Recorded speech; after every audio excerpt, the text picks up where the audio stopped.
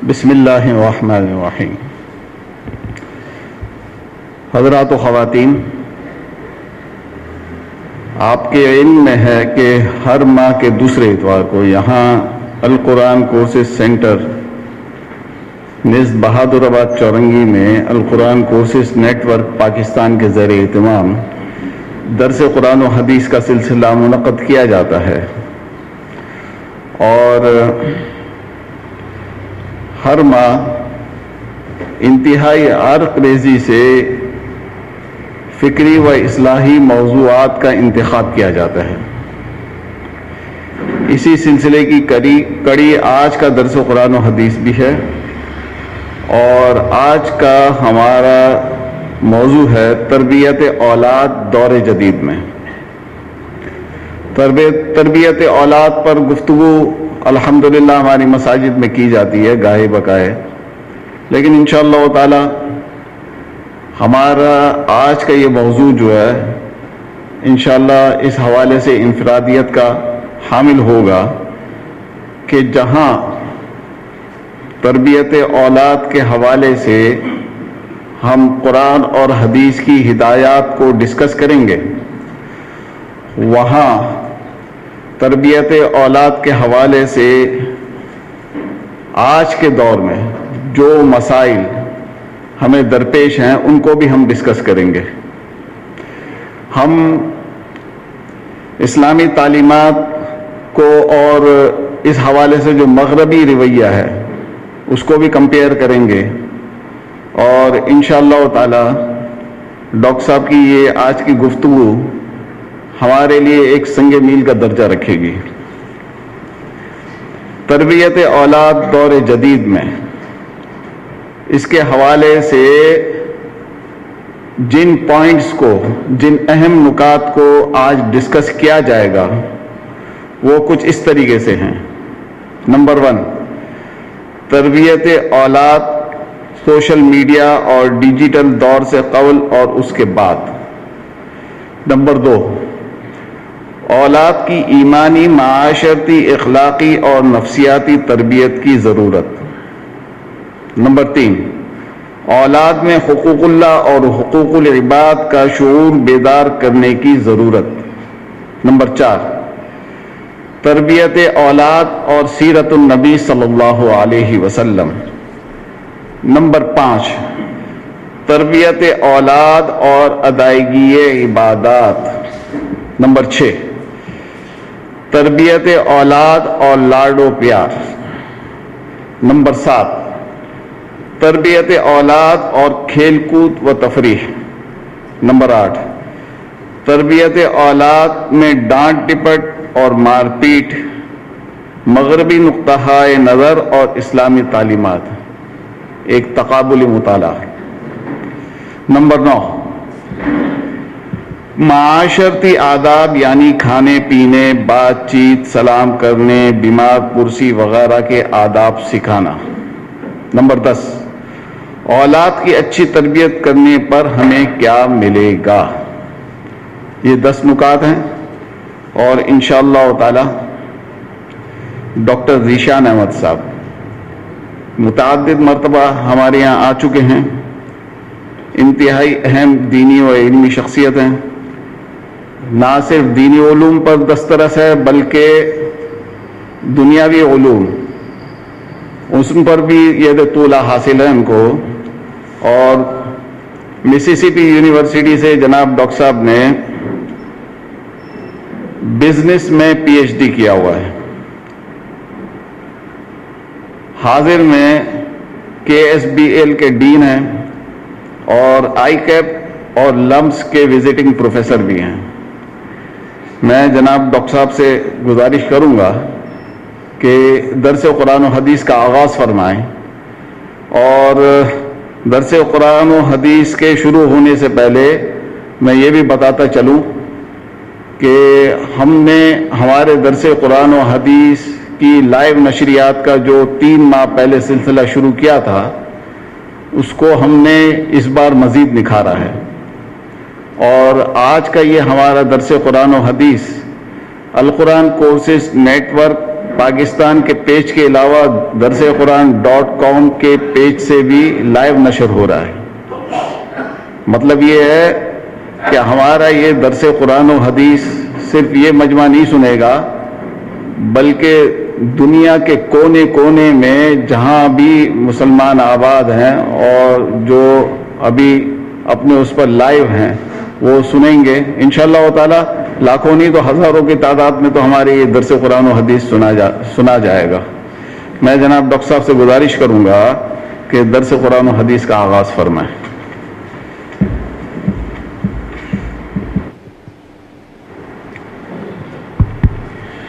الحمد لله رب العالمين والصلاة والسلام على رسوله الكريم أعوذ بالله من الشيطان الرجيم بسم الله الرحمن الرحيم يا أيها الذين آمنوا قوا أنفسكم وأهليكم نارا وأمر أهلك بالصلاة واصطبر عليها فلما حضر يعقوب الموت قال يا بني ما تعبدون من بعدي۔ معزز سامعین، اس مجلس کی اس درس کی ابتدا میں ایک بڑی خوفناک اور خطرناک پیشن گوئی سے کروں گا، اور یہ میں اس وقت تعلیمی میدان میں جو میرے سامنے مختلف بچوں کی جو تربیت کے مراحل ہیں اس میں جو مختلف ادوار ہیں، اسکول کا دور، کالج کا دور، یونیورسٹی کا دور، تو ایک ایجوکیشنسٹ کی حیثیت سے جس نے کوئی 20 سال سے زیادہ مختلف یونیورسٹیز میں IBA LUMS کے SBL کچھ اسکولس کے ڈائریکٹر کی حیثیت سے جو لگائے ہیں،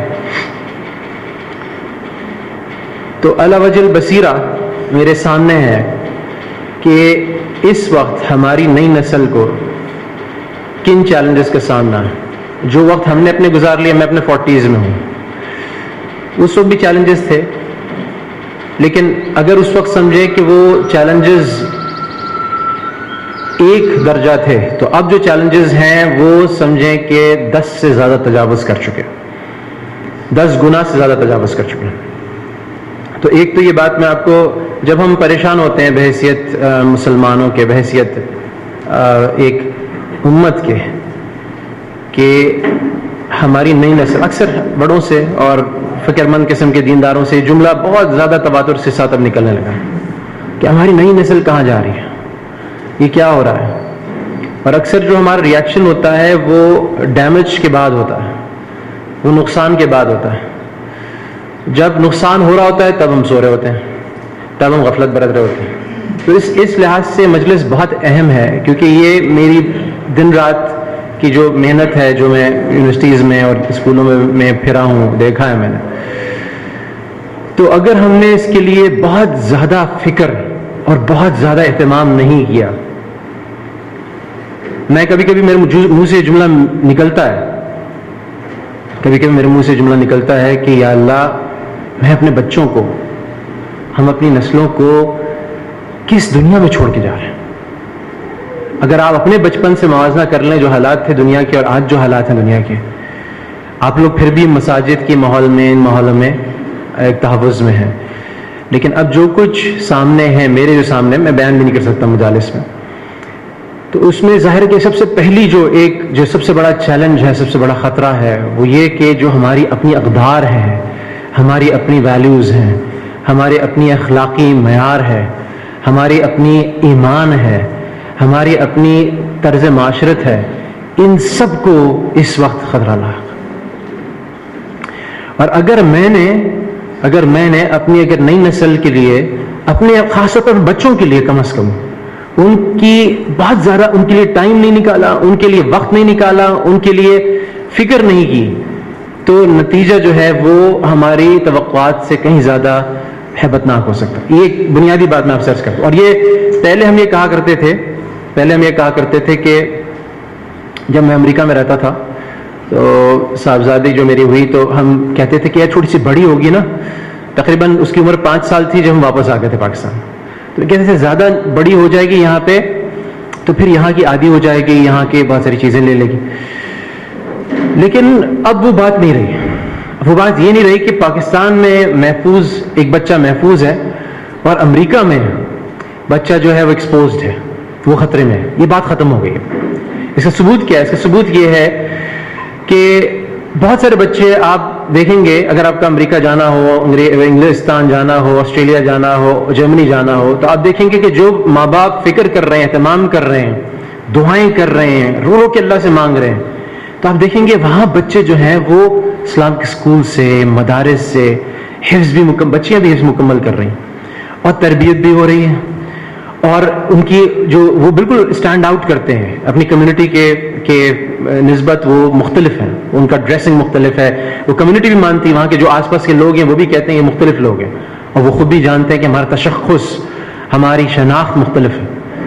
تو وہ کچھ چیزیں کرتے ہیں. کچھ یہاں پر کیا ہے، وہاں پر جب چھوٹی سی ہماری بیٹی تھی نا، 4 سال کی، شعور جاگا، تو کوئی ایسی غیر اسلامی چیز دیکھی تو میری اہلیہ سے کہتی تھی بیٹا یہ تو کافر لوگ ہیں، یہ تو کافر لوگ ہیں، اس لیے یہ حرکت کر رہے ہیں.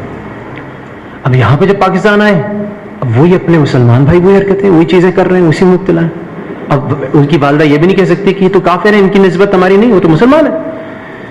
تو وہاں پہ بہت ساری چیزیں آسان بھی ہیں، مشکل بھی ہیں. لیکن اب یہاں پر وہ چیلنج جو ہے، جو بیرون ممالک میں پایا جاتا تھا، وہ اب بڑی حد تک ڈیجیٹل میڈیا کے تھرو، سیل فون کے تھرو، انٹرنیٹ کے تھرو پوری طرح سے ہماری نسلوں کو کراچی، لاہور، اسلام آباد اور دوسرے شہروں میں رہتے ہوئے پوری طرح وہ چیلنج جو ہے وہ ان کے سامنے کھڑا. ہاں فرق یہ ہے کہ جب امریکہ میں جو دیندار مسلمان ہوتا نا، تو اس کی سب سے بڑی چیز جس پہ وہ فریک آؤٹ ہو رہا تھا، جس پہ وہ اس کی راتوں کی نیند اڑ رہی ہوتی ہے، وہ یہ ہوتی ہے کہ یار میرے بچے جو ہے نا، ان کی میری نسلیں ختم ہو جائیں گی. میرے بڑوں نے سمجھایا تھا کہ 3 نسل تک تو پتہ بھی نہیں چلتا کہ 3 نسل پہلے میکسیکن تھا یا پاکستانی تھا. تو کسی طرح سے اس کی جو زور اور اس کی جو دعائیں، اس کی جو فکر، اس کے جو اہتمام ہوتا ہے، وہ ہر وقت اس چیز کا ہوتا ہے کس طرح سے میرے بچے بچ جائیں. میں نے یہ دیکھا اپنی آنکھوں سے کہ ایسے ہماری کمیونٹی میں، مسیسپی میں ایسے لوگ تھے جو خود مسجد نہیں آتے تھے. ایک مجھے یاد ہے ٹرکش بردر تھا، لیکن اہتمام سے اسلامک سنڈے اسکول میں اپنی بچی کو چھوڑ کے، اہتمام سے چھوڑ کے جاتا تھا اور پھر اس کو پک کرتا تھا. تو یہ وہاں کا پھر بھی جو فرد ہے وہ جاگا ہوا ہے. ہم ابھی یہاں پہ جاگے نہیں ہیں. چیلنجز وہی ہیں، خطرات وہی ہیں، لیکن ہم ابھی تک سو رہے ہیں، ہم ابھی تک غفلت میں مبتلا ہیں. تو بنیادی بات یہ ہے کہ پہلے ہم یہ نیت کر لیں، ارادہ کر لیں، کام انشاءاللہ اللہ سبحانہ تعالیٰ ہم سے لیں گے. سب سے بڑا کام ہمارا اس وقت اپنی دین کی فکر کے بعد جو دوسرا کام ہے وہ اپنے بچوں کی، اپنی نسلوں کی دین کی فکر ہے. اور اس کے لیے جب ہم نے ایک دفعہ طے کر لیا اور اللہ سے رو کے مانگ رہے ہیں ہم، اور ہر نشست میں، ہر نماز کے بعد گاہے بگاہے، میں تو یہ سچی بات ہے، میں کوشش بھی کرتا ہوں اور اس بات پر میں آپ کو بھی ترغیب دوں گا کہ آپ یہ کوشش کریں کہ انشاءاللہ میں سیشن کے بعد آپ کو تقریباً ایک ہینڈ آؤٹ دوں گا. یہ 2 مجھے پتہ نہیں حضرات شاید زیادہ ہیں، لیکن اس کی اور کاپیز کرائی جا سکتی ہیں. اس میں تمام وہ قرآنی دعائیں اور حدیث کی وہ مصنون دعائیں، تمام دعائیں موجود ہیں جس میں اولاد کی بھلائی کے لیے، اس کی ہدایت کے لیے دعا کی گئی. تو یہ ان میں سے کچھ دعائیں میرے معمول میں ہر وقت رہتی ہیں، کچھ دعائیں میں نے بھی اس لیے الطاف بھائی سے قبول کیا کہ میں بھی فکر مند ہوں اپنے بچوں کے بارے میں، تو نئی دعائیں بھی کچھ میرے سامنے آئیں. ایک ابتدا کس سے ہوگی؟ نیت سے، فکر سے اور دعا سے.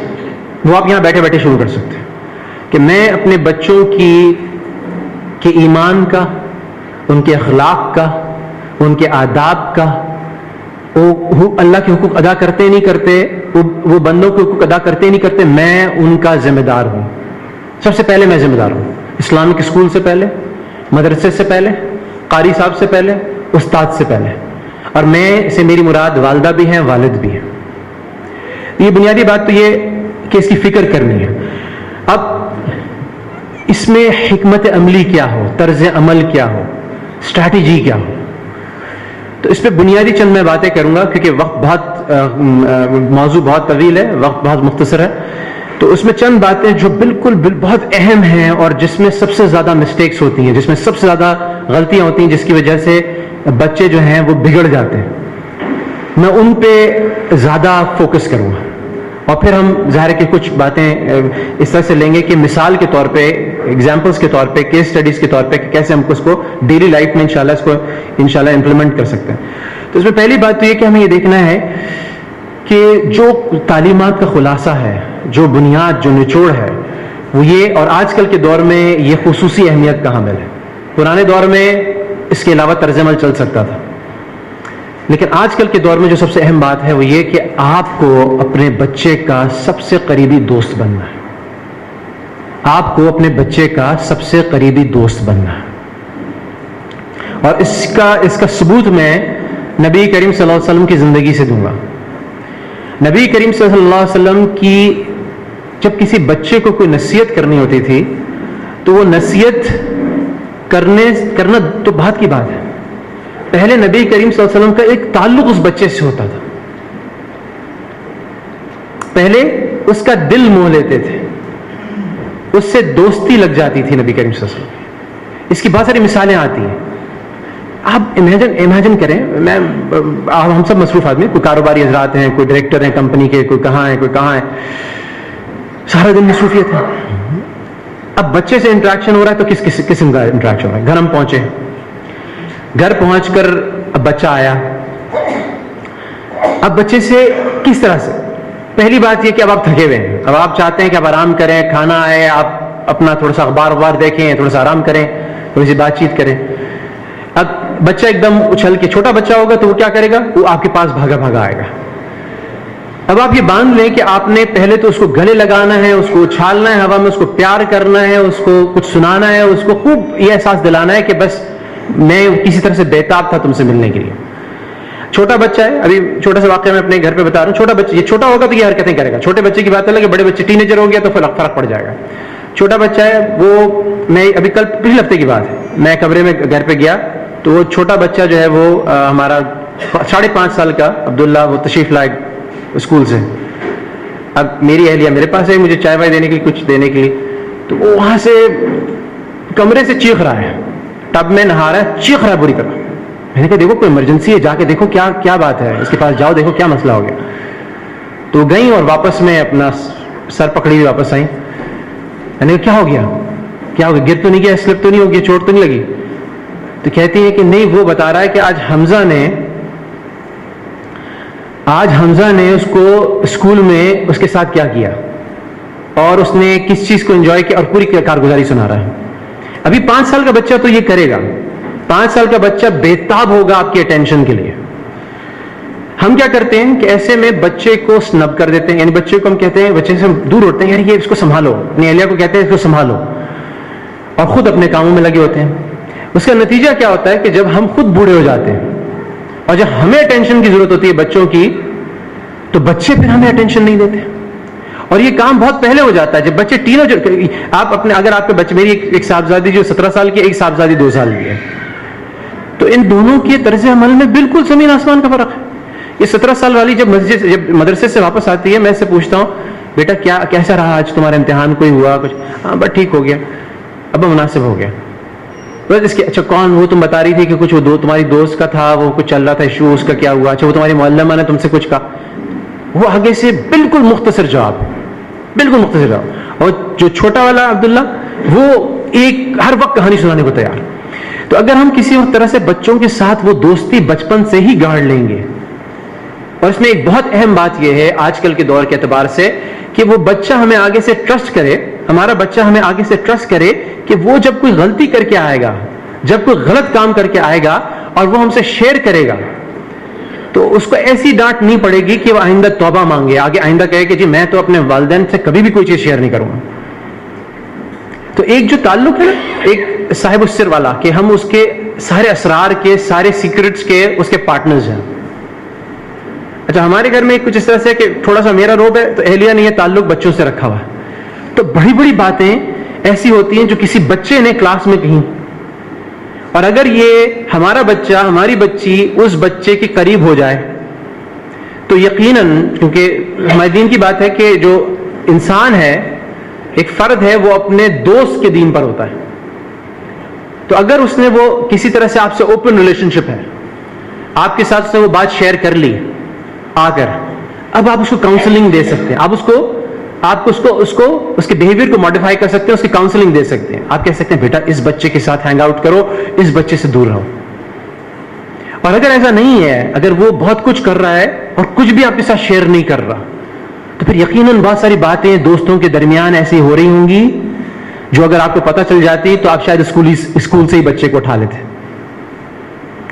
تو ہوگا یہ کہ اگر وہ بچہ کسی طرح سے ہر بات آپ بیٹھ کر کے کھانے کی میز پر, خاص طور پہ یہ والدہ ہیں, یہ کام بڑا اچھا رول ادا کر سکتی ہیں کہ اگر وہ بیٹھ کر کسی طرح سے وہ کریں, پورا بیٹھ کر کے بار بار پوچھیں کہ بیٹا آج کیا ہوا, اچھا وہ اتنا زیادہ کہ سارے دوستوں کے نام بھی پتا, اچھا وہ بات چل رہی تھی اس کا کیا ہوا.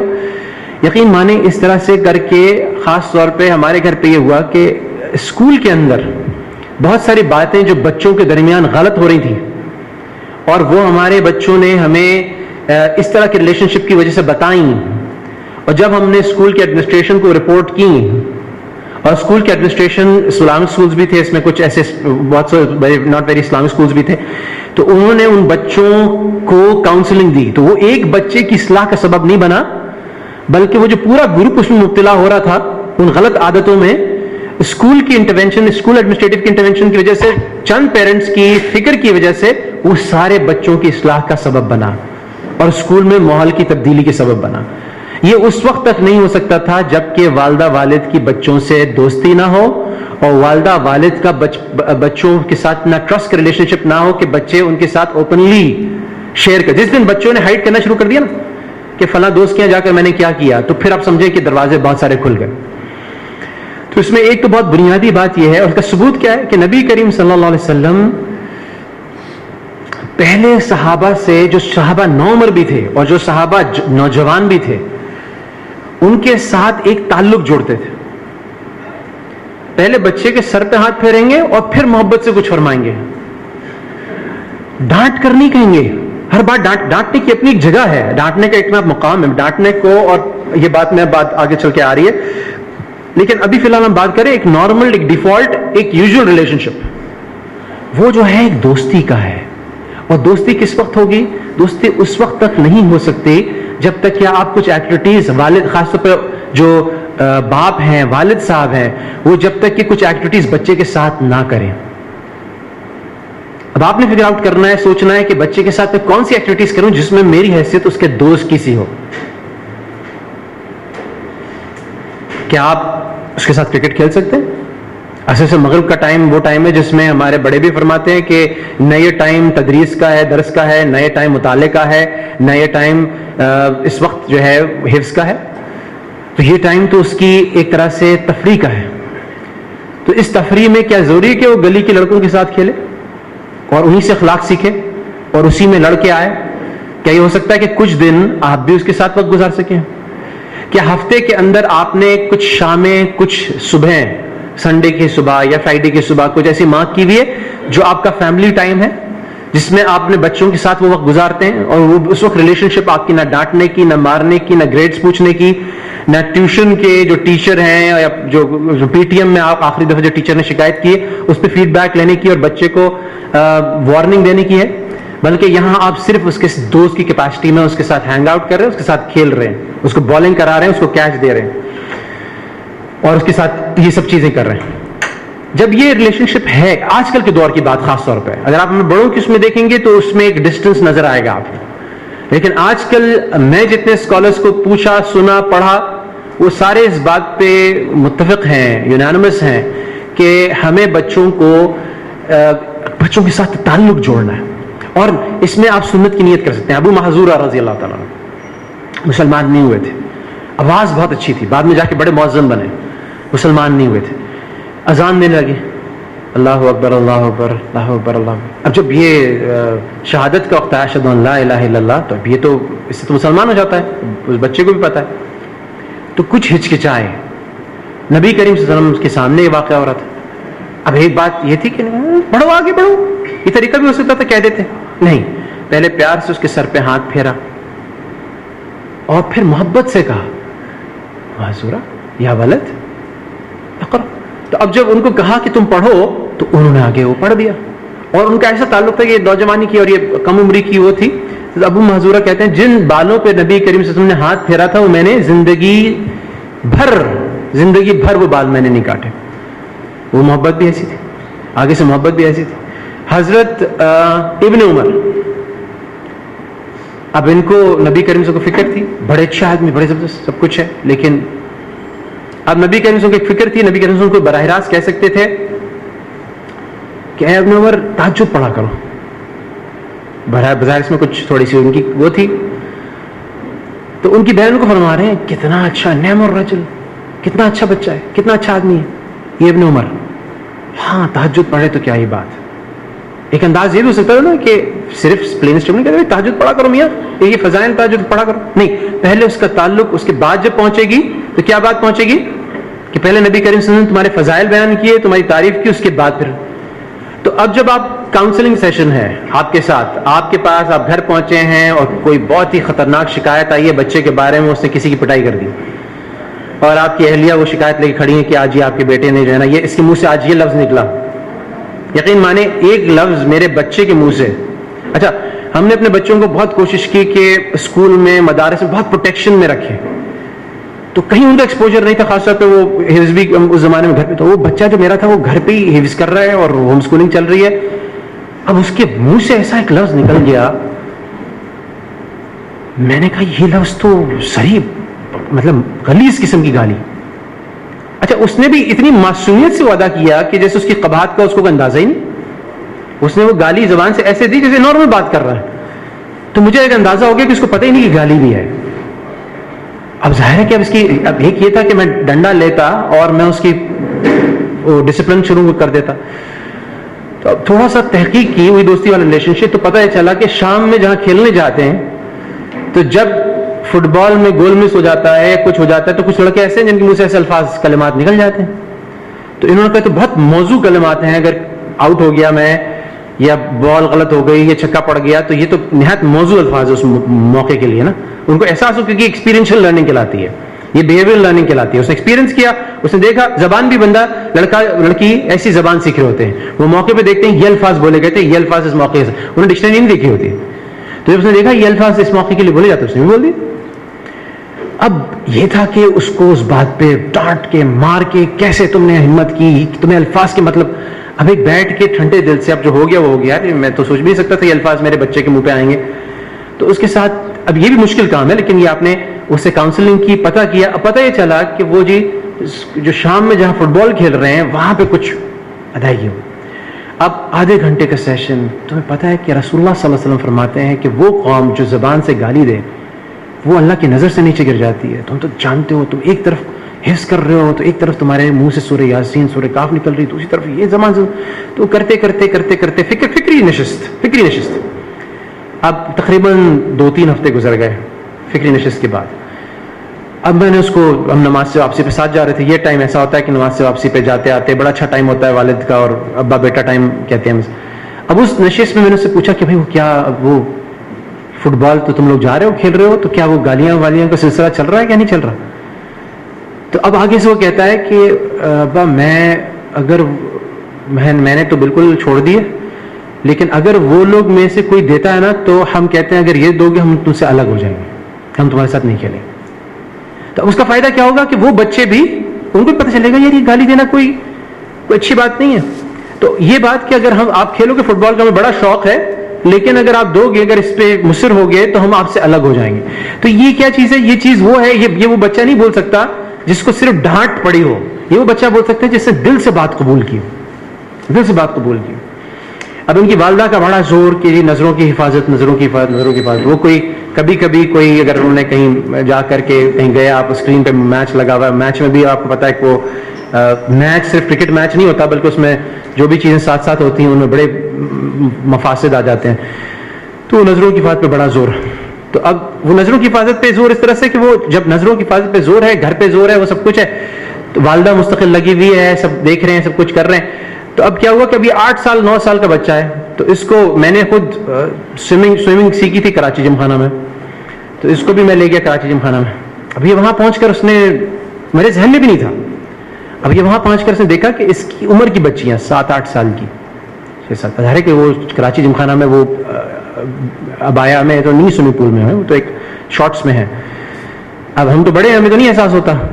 تو وہ چھوٹا سا بچہ 7-8 سال کا، اس نے کہا کہ ابا میں تو یہاں سوئمنگ نہیں کر سکتا. تو کیا ہوگا کہ اگر وہ انٹرنلی آ رہا ہے، اگر وہ اندر سے آ رہا ہے اگر والدین کی تربیت سے، تو یہ وہ چیز ہے جو پائیدار ہے، مضبوط ہے، آگے چلے گی. اگر صرف اوپر سے دینداری مسلط ہے کہ والدین کے سامنے تو کچھ اور طرز عمل ہے، جب والدین نظروں سے اوجھل ہیں تو پھر کچھ اور طرز عمل ہے. تو پھر یہ جو ہے میں آپ کو بتا رہا ہوں کہ یہ خاص طور پہ میں آپ کو بتا رہا ہوں اسلامک سکولز میں، اسلامک فیملیز میں یہ پرابلمز بہت زیادہ آ رہی ہیں. بچہ جب باغی ہونے پہ آتا ہے نا، آپ اس کو یہ تو کر سکتے ہیں کہ اسلامک سکول میں اس میں آپ اس کو نماز کے لیے کھڑا کر دیں. وہ اپنے فرینڈ کو جا کے کہتا ہے میں نے تو وضو ہی نہیں کیا، پڑھوا لیں جتنی نماز پڑھوانی، کیسے پڑھوائیں گے نماز؟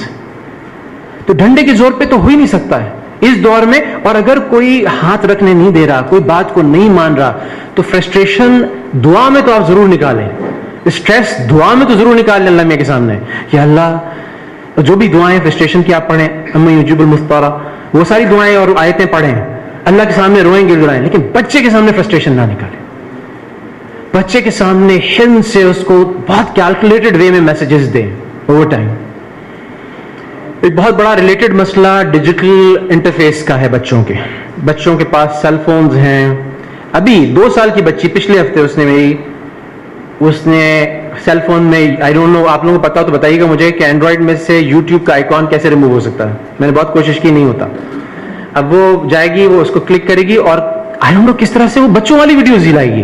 2 سال کی بچی کلک کر کے یوٹیوب میں بچوں والی ویڈیوز لگا دیتی ہے. اب وہ یہ حال ہے انٹرفیس کا.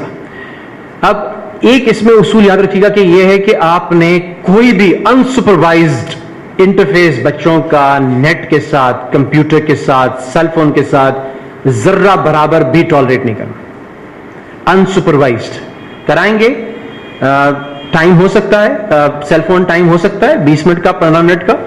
آپ خود بھی اس میں گیمز کھیل سکتے ہیں، ٹھیک ہے، بہت اچھی بات ہے. اس کے ساتھ ان کے ساتھ ریلیٹ کریں، لیکن وہ ٹائم جو ہوگا وہ فلی سپروائزڈ ہوگا. وہ ٹائم بچے آپ کی نظروں سے اوجھل نہیں ہوں گے.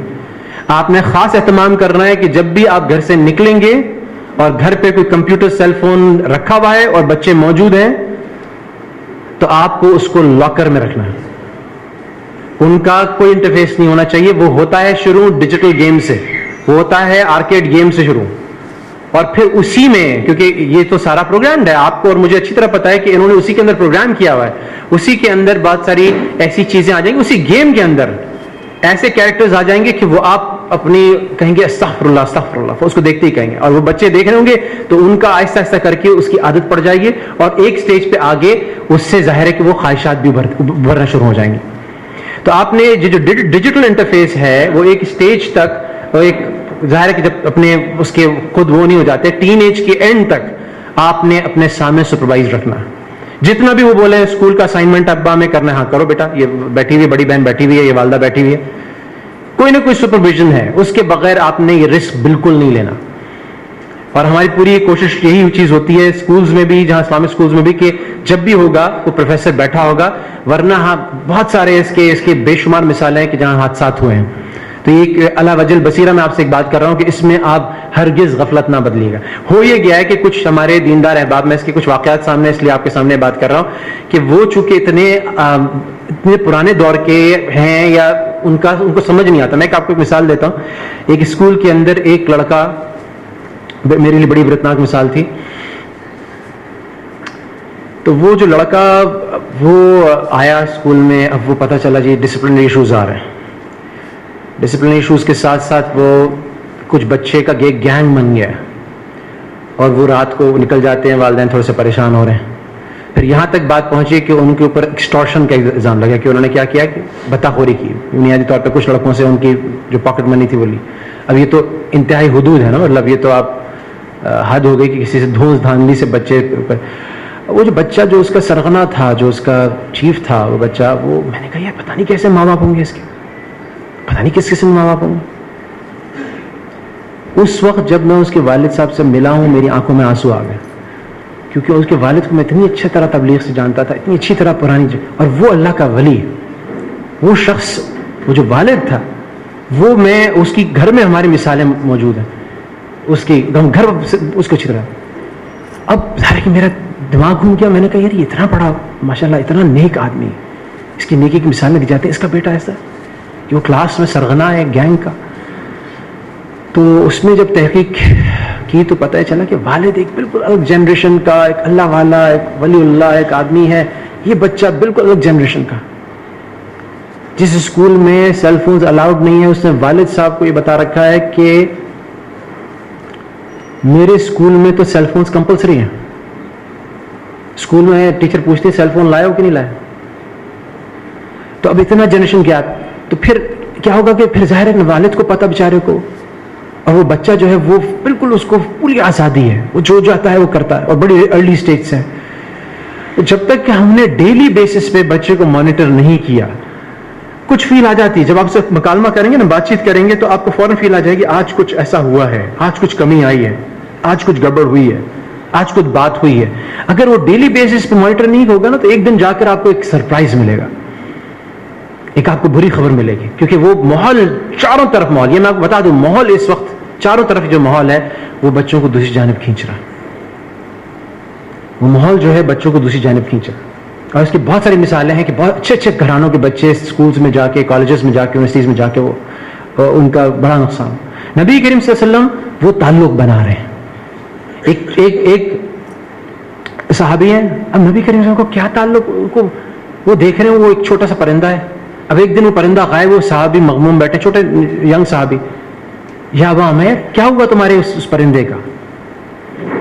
اب یہ کہاں سے اتنا ٹائم ہے نبی کریم صلی اللہ علیہ وسلم کے پاس؟ نہ ان کا بیٹا ہے، نہ ان کا اپنا بچہ. ہم اپنے بچے سے پوچھتے بیٹا تمہاری چیز تھی، کھلونا تھا، وہ بڑے دن سے نہیں کھیل رہے، کیا ہو گیا؟ ہمارے پاس وہ ٹائم نہیں ہے. اب ہم شادی میں گئے ہیں، شادی میں ہم ٹیبل لگا کے اپنے بڑے ڈسکشنز کر رہے ہیں، وہ کر رہے ہیں. نبی کریم صلی اللہ علیہ وسلم شادی میں گئے، آس پاس کون بیٹھا؟ بچے بیٹھے. نبی کریم صلی اللہ علیہ وسلم تشریف لے گئے، سامنے ایک جگہ گئے، وہاں پر آگے جا کر کے بچوں کا ایک گروپ ہے، کھیل رہا ہے آپس میں. سلام میں پہل کون کر رہا ہے؟ نبی کریم صلی اللہ علیہ وسلم سلام میں پہل کر رہا ہے. میں اب دیکھتا ہوں میری کیا یہ عادت ہے، بچے ہر کس طرح سے دماغ پہ اتنی فکریں ہیں یار، وہ آگے کا کام کرنا ہے، ارے اس کو ابھی بچے گلے کو آ جائیں گے، اب چلو ان کو اوائڈ کرو، ذرا سا ہٹ جاؤ ان کے راستے سے.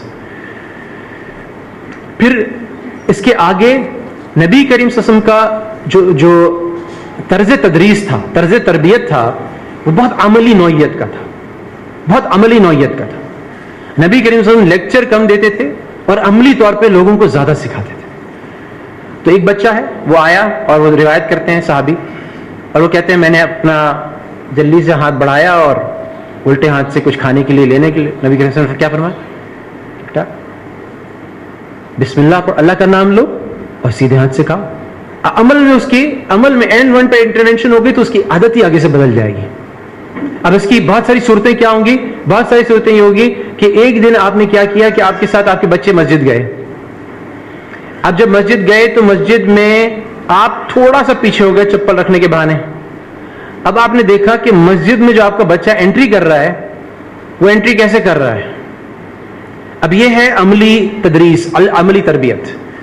تو جیسے ہی اس نے عملی طور پر جیسے اس نے قدم رکھا، ویسے ہی آپ نے دیکھا کہ الٹا پاؤں رکھا ہے یا سیدھا پاؤں رکھا. یہ 3-4 دفعہ کی بات ہے، 3-4 دفعہ آپ نے ایسا کر لیا نا، تو وہ پہلے سیدھا پاؤں بھی پہلے رکھے گا. آپ نے اس کو بتا دیا بیٹا یہ تو سنت اس طرح سے اور اتنا ثواب ملے گا، اور اگر تم نے یہ دعا پڑھ لی تو جتنی دیر مسجد میں رہو گے اعتکاف کا ثواب ملے گا. تو آپ نے دعائیں اس کو اس وقت، ظاہر ہے کسی کے لیے خود دعائیں آنا ضروری ہے. اللہم افتح لی ابواب رحمتک نویت سنت الاعتکاف، یہ ساری دعائیں جب پڑھتے ہوں گے تبھی اپنے بچے کو سکھا سکتے ہیں نا. تو پہلی بات تو شروع ہوتی ہے، یہ چیزیں اسی وقت ہوگی جب مجھے نمبر 1 میں خود عملی طور پہ مسلمان ہوں. نمبر 2 جب مجھے اپنے بچوں کی فکر ہوگی، اہتمام ہوگا. اب ہماری ایک دفعہ یہ نبی کریم صلی اللہ علیہ وسلم کی وہ میں نے دیکھی اور اس کا مجھے بڑا فائدہ ہوا کہ بڑی صاحبزادی نماز خاصی جلدی پڑھ لی اور میں سامنے کسی کتاب کا مطالعہ کر رہا ہوں. تو اب نبی کی مجھے یاد آ گئی کہ وہ صحابی کے ساتھ انہوں نے کیا کیا تھا. میں نے کہا یار ٹرائی کرتے ہیں بیٹی پہ. میں نے کہا کہ بیٹا یہ نماز جو تم نے پڑھی ہے نا، اتنی تیز نماز ہوتی نہیں ہے، تو تم اس کو دہرا لو. دوسری طرح تھوڑی سی اس میں ذرا سا توقف، ذرا سا ٹھہراؤ آ گیا، لیکن تیسری دفعہ بھی پڑھائی. اب ماشاءاللہ اس کی یعنی اب بالغ ہونے، یہ تو اس وقت کا وقت ہے جب کہ وہ بالغ نہیں. اب اس کے بعد جب بالغ ہو گئی تو اب ماشاءاللہ اس کی نماز میں وہ ٹھہراؤ اور وہ ساری چیزیں. تو عملی طور پہ ہمیں بچوں پہ ایک نظر رکھنی ہے. اچھا اگر آپس میں صرف کھنچاؤ ہوگا، دوستی کا تعلق نہیں ہوگا، صرف روب و دبدبہ ہوگا، تو وہ جو انٹرونشنز ہمیں کرنی ہے بچے کی، عملی طور پہ ہم اس کو دیکھ رہے ہیں انٹرونشنز کرنی ہے، تو وہ بھی بچہ کیا سمجھے گا؟ بوجھ سمجھے گا، مصیبت سمجھے گا. اور اس کی کوشش ہوگی کہ میں والدین کو اوائڈ کروں, والدین کی موجودگی میں کچھ نہ کروں. لیکن جہاں پہ اس کو انکریجمنٹ بھی مل رہی ہے, جہاں پہ اس کے ساتھ دوستی بھی لگی ہوئی ہے, تو اب جب اس نے نماز پڑھی, روزہ کھولا, کھانا کیا, وہ کیا, باتھ روم سے, اچھا آپ نے ابھی واش روم سے آپ باہر نکلے ہیں تو آپ نے واش روم سے باہر نکلنے کی دعا پڑھ لی, رات کو سونے سے پہلے اجتماعی طور پہ پوری فیملی ساتھ دعائیں پڑھیں. یہ میں نے اپنی اہلیہ سے سیکھا کہ وہ جو بچوں کو اٹھاتی ہے تو بچے بالکل جو غنودگی کے عالم میں بالکل سمجھے کہ سوئے ہوئے ہوتے ہیں, تو وہ ساتھ ساتھ پہلا کام یہ کرتی ہے لا الہ الا اللہ محمد رسول اللہ, اور صبح کی دعا, اٹھنے کی دعا الحمدللہ الذی احیانا بعد ما ماتنا والیہ النشور, یہ ساتھ ساتھ ان سے پڑھ دی. ٹھیک ہے, تھوڑے دنوں میں, چھوٹا بچہ ہے اس کو نہیں یاد ہوگی, اس کو فوراً ذہن میں نہیں ہے, لیکن تھوڑے سے دنوں میں وہ پڑھنے لگے گا. صبح شام کی دعائیں ہیں, زبردست دعائیں ہیں. یعنی یہ جب میں کراچی لاہور سے موو ہوا تھا تو یہ 2012 تھا, تو ہمیں پتہ ہی نہیں ہوتا, لاہور میں تو ہمیں بڑی ایک سیکیورٹی کی فیلنگ ہوتی تھی, کراچی میں تو ہمیں پتہ ہی نہیں ہوتا تھا کیا ہو جائے گا. یہ تو ابھی تھوڑا سا بدل گیا کراچی. تو اس زمانے میں تو اپنے آس پاس والوں کو سب کو جو صبح شام کی دعائیں تھیں, جس میں ساری حفاظت کی دعائیں بھی آ جاتی ہیں, ان میں سے بھی کچھ دعائیں یہاں موجود ہیں, وہ خود الحمدللہ معمول تھا. اور بچوں کو میں نے ساتھ ساتھ پڑھانی شروع کی, کیونکہ سب سے بڑی بچوں کو آپ بھیج رہے ہیں. مجھے یاد ہے کہ لاہور میں بھی یہ جس دن یہ سری لنکن ٹیم پہ حملہ ہوا تو ہمارے بچے اس رستے سے, اسکول سے واپسی پہ رستے میں تھے, تو ہمیں پتہ نہیں اس وقت کہ بچے کو جو ہم باہر گھر سے بھیج رہے ہیں تو وہ اس کی جان کی بھی حفاظت کی ہماری ذمہ داری ہے, اس کی اخلاق کی, اس کی صحت کی, اس کے اسپرچویلٹی کی, اس کے ایمان کی حفاظت کی, سب کی ذمہ داری ہمارے اوپر ہے. اس کے ہم سارے, جو اللہ سبحانہ تعالیٰ نے فرمایا, نبی کریم سے فرمایا کلکم راعٍ وکلکم مسئول عن رعیت, یہی بات تو ہے کہ ہم ہر ایک کے ذمہ دار ہیں, ہر ایک اس کے پہلو کے ذمہ دار ہیں. تو اب جب آپ نے صبح اس کو رخصت کیا اور آپ نے اس کو کہا یہ پڑھنا ہے تم نے صبح نکلتے وقت, اب اس کا بڑا بہترین ٹائم میں نے محسوس کیا, کبھی ایسا ہوتا ہے کہ بچے اٹھ پاتے ہیں نماز کے لیے, فجر کی نماز کے لیے, کبھی نہیں اٹھ پاتے. تو ہمارا جو ڈسٹینس ہے وہ تقریباً 5-7 منٹ بنتا ہے مسجد تک گاڑی پر, اور 8-10 منٹ بنتا ہے پیدل. تو جاتے ہوئے میں نے محسوس کیا کہ جتنی صبح کی اہم دعائیں ہیں وہ 5 منٹ میں جاتے جاتے ساری ہو جاتی ہیں. اچھا بچے جو اٹھے ہوتے ہیں وہ ذرا سا ہوتے ہیں, بیٹا حذیفہ آواز نہیں آ رہی آپ کی پڑھنے کی, ذرا سا اونچا پڑھو بیٹا. اب وہ فوراً یوں کر کے ایک دفعہ دیکھ لیا, پیچھے مڑ کے گاڑی میں بیٹھا بچہ. اب صبح کی دعائیں وہ ساری اس نے, اچھا یہ اب یقین مانے کہ میں پچھلے 2-3 ہفتے پہلے شیخ مفتی تقی عثمانی صاحب کے پاس گیا, اور میں نے کہا یہ جو ڈین ڈائریکٹرز کی پوزیشن ہوتی ہے اس کے اندر اپنے وہ ہوتے ہیں, چیلنجز ہوتے ہیں, اور دین پہ رکھنا ایک ظاہر ہے کہ ایک پاور بھی ہے آپ پر. تو میں نے کیسے اپنے آپ کو بچاؤں, تو انہوں نے جو ایک پہلی بات کی, 3 باتیں کی, ان میں سے ایک یہ تھی کہ نیت یہ کرو کہ اللہ تمہاری حفاظت کرے, تمہارے صحت سے خیر پھیلے, اصلاح ہو. دوسری انہوں نے صبح کی دعاؤں کی نصیحت کی کہ صبح کی دعائیں پڑھ کے نکلو, صبح کی دعائیں پڑھ کے, اور صبح کی دعائیں اگر آپ ترجمے سے پڑھ لیں اور اللہ سے کنیکٹ کر کے پڑھ لیں تو اتنی بڑی خیر ہے, اتنا زبردست رجوع اور تعلق کا ذریعہ ہے. اور اگر وہ آپ کے بچے بھی سمجھ کے پڑھ لیں, اس میں حفاظت بھی ہے, اس میں عافیت بھی ہے, اس میں صحت بھی ہے, اس میں ترقی بھی ہے, اس میں تقویٰ بھی ہے. تو یہ صبح کی دعائیں ہیں, اللہم بک اصبحنا و بک امسینا. شام میں بھی وہی آ جاتی, ذرا سی پلٹ جاتی. آپ نے بچے کی صحت کی فکر ہے نا, بسم اللہ الذی لا یضر, کیوں نہیں پڑھائی آپ نے 3 دفعہ صبح؟ اعوذ بکلمات اللہ التامات صبح کیوں نہیں پڑھائی 3 دفعہ آپ نے بچوں کو؟ ٹھیک, آیت الکرسی کیوں نہیں پڑھائی, حامیم کیوں نہیں پڑھائی؟ تو یہ وہ چند دعائیں ہیں جو آپ کو ابھی سے اپنے بچوں کو 5 سال والے کو نہیں آتی, لیکن وہ ساتھ ساتھ پڑھنے کی کوشش کرتا ہے. 7 سال والا, 8 سال والا, 9 سال والا وہ ساتھ ساتھ پوری پڑھ لیتا ہے. اور اس میں کوتاہی کرتے ہیں, اپنے طور پہ بہت کم پڑھتے ہیں, لیکن آپ کبھی ان سے پوچھ لیں تو وہ تھوڑا سا ان کی توجہ ہو جاتی ہے. بچے ہوتے ہیں. پھر یہ یاد رکھیے گا کہ جب اس پہ کیا ملے گا, اولاد کو جو والد ناظرہ پڑھاتا ہے تو اس کے گناہ معاف ہو جاتے ہیں, حدیث میں آتا ہے. جب وہ حفظ کراتا ہے تو اس کو کیسا تاج پہنایا جائے گا, اس کے کیسے درجات بلند ہوں گے. ایک روایت میں تو آتا ہے اس حافظ کے درجات بلند ہوں گے, ایک روایت میں آتا ہے کہ اس کے والدین کے درجات بلند ہوں گے ہر آیت پہ جو اس کا بیٹا پڑھے گا. یہ بھی ایک روایت ہے. تو یہ جب ہم قرآن سے تعلق, اچھا, اور اس میں ایک مسئلہ کیا ہوتا ہے, میرے ساتھ بھی مسئلہ ہوتا ہے کہ ایک طرف, اور اس میں پھر کیا ہوتا ہے کہ ڈفرنٹ ایک کنفیوز میسج جاتا ہے. اگر میں اپنے بچوں کو حافظ بنا رہا ہوں اور وہ 8 گھنٹے قرآن پہ لگا رہے ہیں, اور وہ باپ کو دیکھتے ہی نہیں ہے کہ وہ قرآن لے کے بیٹھا ہے کسی وقت, تو یہ بھی بڑا ایک تفاوت ہے, ایک بڑا ایک وہ ہے کہ وہ کہتا ہے کہ یہ ہمارے لیے ہے, شاید بچپن کے لیے, بڑے ہو جائیں گے تو ہم اس سے آزاد ہو جائیں گے, نعوذ باللہ. تو والدین کو بھی کچھ ایسا وقت رکھنا ہے کہ اپنے بچوں کے ساتھ وہ اللہ سے تعلق کے لیے نماز اور اس کے ساتھ پڑھیں. کیوں نبی کریم صلی اللہ علیہ وسلم فرمایا کہ اپنے گھروں کو مقبرہ نہ بناؤ, ساری نمازیں مسجد میں نہ پڑھ کے آ جاؤ.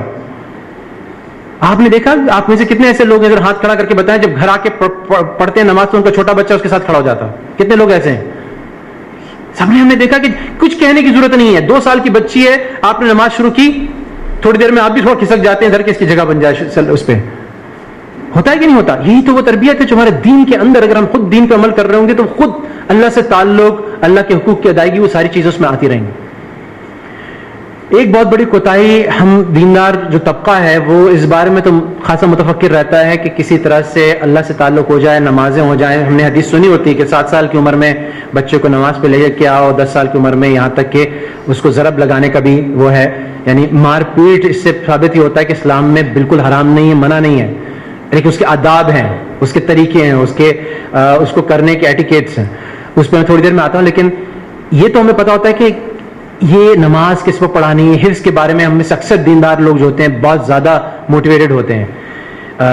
ہم نے حدیث سنی ہوتی ہے, یہ بات ہم نے سنی ہوتی ہے کہ 3 چیزیں ایسے, باقی ساری جب قبر میں پہنچ گئے تو سارا نامہ اعمال بند ہو گیا سوائے 3 چیزوں کے. حدیث آئیے, ریمیٹنس پہنچتی رہے گی. کن چیزوں کی ریمیٹنس؟ کوئی خیر کا کام کیا, لوگ اس سے بھی فائدہ اٹھا رہے ہیں, کنواں تھا, مسجد تھی, کوئی مدرسہ تھا, کوئی بھی چیز تھی, علم پڑھایا, بینیفیشل علم پڑھایا اور اس سے لوگ بعد میں فائدہ اٹھا رہے ہیں, وہ بھی آپ کو پہنچے گا. اور ایسی نیک اولاد جو آپ کے لیے دعا کرتی ہے, وہ ریمیٹنس بھی آپ کو قبر میں, تب تک وہ بچہ دعا کرتا رہتا ہے, وہ قرآن پڑھتا رہتا ہے, جو آپ نے اس کو حفظ کرایا, نیک کام کرتا رہتا ہے, وہ آپ کو آپ کی قبر میں پہنچتا رہتا ہے. یہ باتیں ہمیں معلوم ہوتی ہے, تو یہ بہت اچھی بات ہے, یہ سب ان کا اہتمام ہم کرنے والے بن جائیں. لیکن اس کے بیونڈ جو عوام کے جو لوگوں کے حقوق ہیں, حقوق العباد ہیں, حقوق العباد اس میں ہماری کوتاہی ہوتی ہے. لوگوں کے حقوق میں ہماری کوتاہی ہوتی ہے. ایک بہت بڑا مسئلہ یہ آتا ہے دیندار طبقے کے اندر کہ جب وہ دینداری سکھاتے ہیں تو جب وہ کچھ گناہوں کی نفرت سکھاتے ہیں تو لا محالہ وہ کچھ آس پاس کے افراد کی نفرت بھی بچوں کے دلوں میں آ جاتی ہے. مثال کے طور پہ ہمارے ایک دوست کے ساتھ یہ واقعہ ہوا. ہم میں سے ہر ایک کوئی اتنا فارچونیٹ نہیں ہے کہ ہر ایک کے ماں باپ بھی اتنے دیندار ہوں جتنے ہم ہو گئے. تو اب کیا ہوا کہ نانی دادی میں سے کوئی آیا, ساتھ بیٹھا, بچی چھوٹی تھی, اسلامک اسکول جا رہی تھی اور سب بچوں کو سکھایا جا رہا سب کچھ. اب وہ جو نانی دادی تھی وہ سر کور نہیں کرتی تھی, تو اب وہ بچہ معصومیت میں اپنی دادی سے, اچھا وہ دادی ویسے ہی جو سر کور نہیں کرتی یا وہ نہیں ہوتا, وہ ان کے دین کا مزاج اتنا نہیں بنا, تو وہ عام طور پہ بچوں سے ان کی چلی رہی ہوتی ہے کچھ نہ کچھ کہ اتنا زیادہ ایکسٹریمسٹ بننے کی کیا ضرورت ہے. اب وہ چھوٹی بچی تھی, اس نے اپنی نانی کو کہا کہ نانی اماں سر پہ کچھ رکھتے نہیں ہے, شیطان اس پہ پیشاب کر دیتا. اب وہ نانی اماں تو بالکل ہی بگڑ گئی. تو اب اس پہ ایک بیلنس رکھنا ہے نا, اس میں ایک بیلنس رکھنا ہے کہ وہ نقد اصلاح نہ کرتے پھریں اس عمل سے, تو ان کو ہو کہ ہاں یہ اسلامی عمل ہے, یہ غیر اسلامی عمل ہے. لیکن جو عمل نہیں کر رہا اس کے بارے میں اس کے دل میں بدگمانی اور ایک حقارت نہ آ جائے. اکثر ہمارے یہ ریفلیکٹ ہوتا ہے ہمارے دل میں اگر حقارت ہے, حالانکہ ہمارے بڑے, ہمارے بزرگ سب یہ فرماتے ہیں, مولانا اشرف تھانوی یہ فرمایا کرتے تھے, میں تمام مسلمانوں کو فی الحال اپنے آپ سے بہتر سمجھتا ہوں. بظاہر لگ رہا ہے کہ وہ نماز نہیں پڑھ رہا, بظاہر لگ رہا ہے شراب نہیں پی رہا. کیوں؟ اس کی وجہ کیا ہے کہ آپ کو گارنٹی کہ آپ کا خاتمہ کس چیز پہ ہوگا, آپ کو گارنٹی اس کا خاتمہ کس چیز پہ ہوگا, کیونکہ اعتبار تو خاتمے کا ہے نا.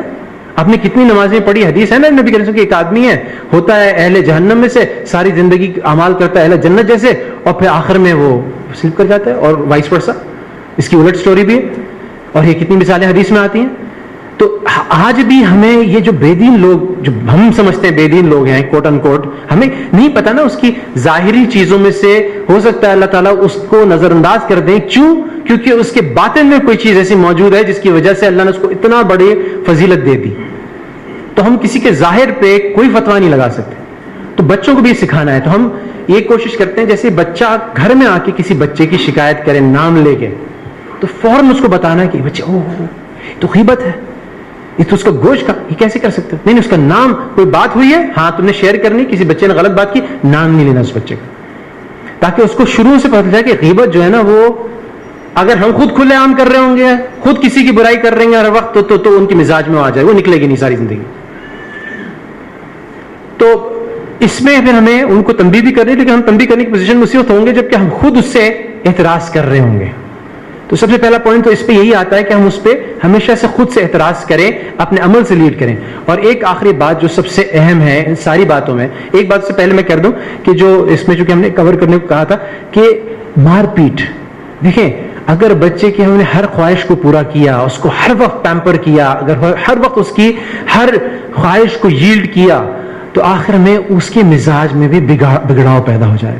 کچھ چیزیں ہیں جن سے ہمیں اس کو روکنا ہے, ہمیں روکنا ہے, اور کچھ چیزیں ایسے ہیں جس پہ ہمیں غصے کا اظہار کرنا ہے, آواز بھی اونچی کرنی ہے, پیشانی پہ بل بھی ڈالنے ہیں, تیرے بھی چڑھانی ہے, اور اس کو اس سے کچھ رہے خوف, کیونکہ اللہ سبحانہ و تعالیٰ نے جنت بھی بنائی, جہنم بھی بنائی. نبی کریم صلی اللہ علیہ وسلم تمام حلم کے باوجود کچھ چیزوں پہ ان کا چہرہ سرخ ہو جاتا تھا, ناراضگی کا اظہار فرماتے تھے. مارتے کسی کو نہیں, مارنا ثابت نہیں کسی, لیکن یہ نبی کریم صلی اللہ علیہ وسلم کو بھی, اور نبی نے خود حکم دیا کہ کچھ چیزیں ایسی ہیں جن پہ, اور دیکھ کر کے, کیونکہ اگر آپ کو یہ اندازہ ہو رہا ہو کہ اگر یہ ہاتھ سے نکل جائے گا, کچھ اسٹیج ایسی آتی ہے اس پہ آپ مار پیٹ ختم ہو جاتی ہے, اس کے بعد مار پیٹ کا سوال ہی پیدا نہیں ہوتا, تو اس اسٹیج پہ مار پیٹ بالکل نہیں کریں. اور اس سے پہلے بھی بچے کو دیکھنا ہے کہ کچھ بچے جو ہوتے ہیں وہ نفسیاتی بن جاتے ہیں. اگر آپ ان کو مار پیٹ کرتے ہیں وہ اتنا ڈرنے لگتے ہیں کہ وہ نفسیاتی طور پر ان کے برے اثرات پڑ جاتے ہیں. میں نے قاری صاحب کے ہاتھ جوڑے, میں قاری صاحب اس کو تو آپ نے ہاتھ ہی نہیں لگانا, اس کو تو بالکل آپ نے زیادہ زور سے بھی نہیں بولنا, کیونکہ یہ چیز پھر کیا ہوتی ہے, وہ چیز کس وجہ سے ہوتی ہے, چھوٹے بھائی بہنوں کا, کیونکہ ان کے دماغ کا حصہ بن رہا ہے, ان کی شخصیت کا حصہ بن رہا ہے. ہاں تو مار پیٹ کیسے, مار پیٹ اگر کرنی تو کیسے کرنی, مار پیٹ اس طرح سے کرنی ہے کہ واشفی تھانوی رحمہ اللہ لکھتے ہیں کہ اس کے اندر پہلے تو یہ کہ جب بھی غصہ آ رہا ہو, اچھا میرا عمل خود بھی اللہ معاف کرے اس پہ میری کوشش ہے اور غصے میں ہو جاتا ہے, لیکن غصہ آ رہا تب مارو نہیں, ٹھنڈا ہو جاؤ, سب کچھ ہو جاؤ, پھر ایکٹنگ کرو غصے کی, اندر سے بالکل ٹھنڈے عام اور غصے کی ایکٹنگ کر رہے ہیں, اور پھر آپ اپنے کنٹرول میں ہوں گے. پھر آپ سوچ سمجھ کے شعوری طور پہ کانشیسلی آپ دیکھ رہے ہوں گے کیا چیز کو فائدہ دے گی, کیا چیز نہیں دے گی. لیکن شارٹ آف اٹ, اس سے بہت زیادہ مؤثر چیز جو مجرب بھی ہے اور بڑے بھی ہمارے اس کا دستور رہا ہے, وہ یہ کہ بچے کو آپ ایک ڈیفیکلٹ اسپاٹ میں پٹ کریں. ٹائم بچے کے لیے بہت مشکل ہے. آپ نے کیا کیا, آپ کے پاس کوئی رپورٹ آئی بچے کی, ہماری جو رپورٹنگ لائن ہے وہ کچھ ایریا مینج کر لیتی ہیں, لیکن 4-5 ایریا میں رپورٹنگ لائن, تو ہر بچے 5 کا پورٹ فولیو ہے, 5 بچے ہیں, ان کے 5 ایریاز ہیں. 5 ایریاز کیا ہیں, اللہ سے تعلق, عبادات اور وہ ساری چیزیں ہیں, اخلاق, ٹھیک ہے, تعلیم یعنی ایجوکیشن کیسے جا رہی ہے, آج کسی ٹیچر کی شکایت تو نہیں آئی, ہوم ورک کیا تھا نہیں کیا تھا, یہ بھی اہم ہے, بچوں کو ہمیں مضبوط بھی بنانا ہے. ہیلتھ کیا ہوا, کسی کو تکلیف ہو گئی, یہ ہو گیا, وہ ہو گیا. اور ان سب کے ساتھ فزیکل جو ان کی ڈیولپمنٹ ہے, جو جا کے کہ میدان میں کھیلنا ہے, وہ ساری چیزیں, یہ 5 چیزوں میں آپ نے محنت فکر رکھنی ہے.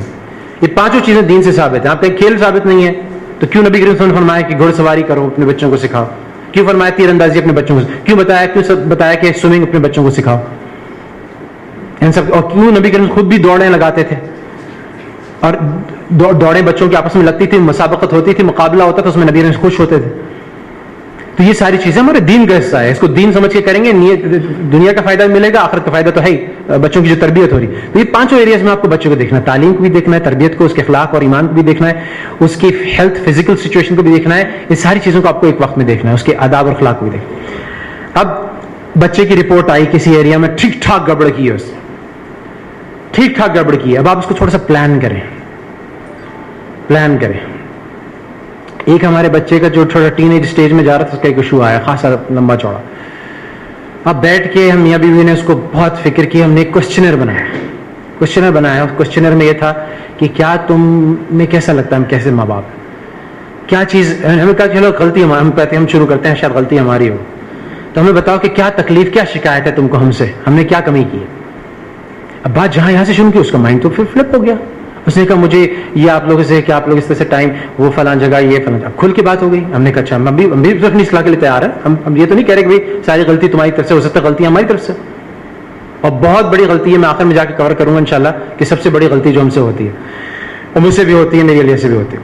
تو اب اس میں بات لمبی ہوئی, تقریباً 15-20 منٹ ہم نے اس کو اسپاٹ پہ رکھا, اور پھر کہا کہ اچھا یہ تم نہیں سمجھتی, یہ تم نہیں سمجھتے کہ اس کا یہ مقصد ہے, اس تعلیم کے مقصد ہے, ہم آگے کرنا کیا چاہتے ہیں, زندگی میں چاہتے کیا ہیں, تھوڑی سی زندگی ہے, دیکھو سیریا میں کیا ہو رہا ہے.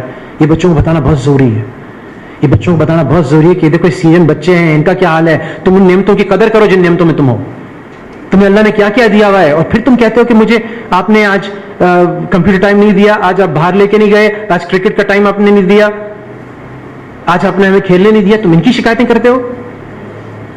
آج آپ کھانا جو ہے وہ آپ نے صحیح نہیں تھا یا کیا نہیں تھا, تو اس کی شکایتیں کرتے ہو. یہ بچوں کا حال دیکھو سیریا میں, صومالیہ میں, برما میں کیا ہو رہا ہے. یہ بھی تو مسلمان بچے ہیں, تمہارا کیا حق ہے اس زندگی پہ جو تمہیں اللہ نے دی ہوئی ہے. یہ بچوں کو ان چیزوں کا حق وہ دلانا, ان کو اسپاٹ پہ ڈالنا مارنے سے کہیں زیادہ مفید ہے. لیکن مارنا تو جذبات سے نہیں مارنا, لکڑی استعمال نہیں کرنی, پیچھے دب لگانی, چہرے پہ نہیں مارنا, نشان پڑ جائے ایسے نہیں مارنا. ساری باتیں ہمارے دین میں, آداب میں ساری باتیں لکھی ہوئی ہیں.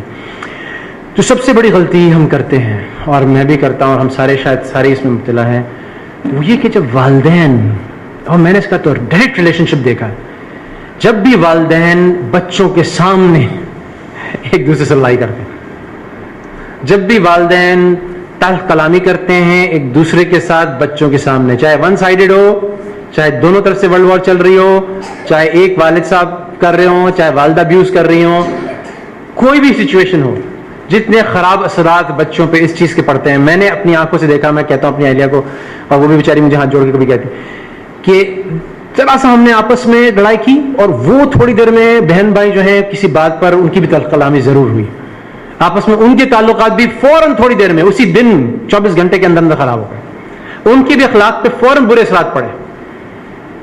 اب ہم اس کو اتنا نارمل لیتے ہیں کہ ہماری تو آپس میں ہمارا اچھا آپس میں محبت ہوتی ہے, پتہ ہے کہ رات میں آپس میں ایک دوسرے سے مل کے سو جائیں, لیکن وہ جو ہم ایکٹنگ بھی کر رہے ہوتے ہیں ہمارے دل کے اندر اتنا برا نہیں ہوتا, لیکن وہ بظاہر جو تلخ کلامی ہو رہی ہوتی ہے ایک دوسرے کے ساتھ, اس کے بچوں پہ بہت برے اثرات پڑتے ہیں. ایک دفعہ میں نے اپنے 5 سال کے بچے کو میں نے کہا کہ تم لوگ دیکھتے نہیں ہو کہ ہم لوگ کیسے آپس میں مل کے رہتے ہیں, محبت سے رہتے ہیں, تو اپنی بہن سے کیوں تنگ کرتے ہو. تو آگے سے بڑی معصومی سے بولتا ہے, نہیں آپ بھی ماما سے لڑائی کرتے ہیں, آپ بھی ماما سے لڑائی کرتے ہیں. اس کو پتا ہے, اس کے ذہن میں بیٹھا ہوا ہے, اس نے مس آؤٹ نہیں کیا اس پہ. اس نے 5 سال کا بچہ مجھے آگے سے جواب دیتے نہیں آپ بھی لڑائی کر رہے تھے اس دن.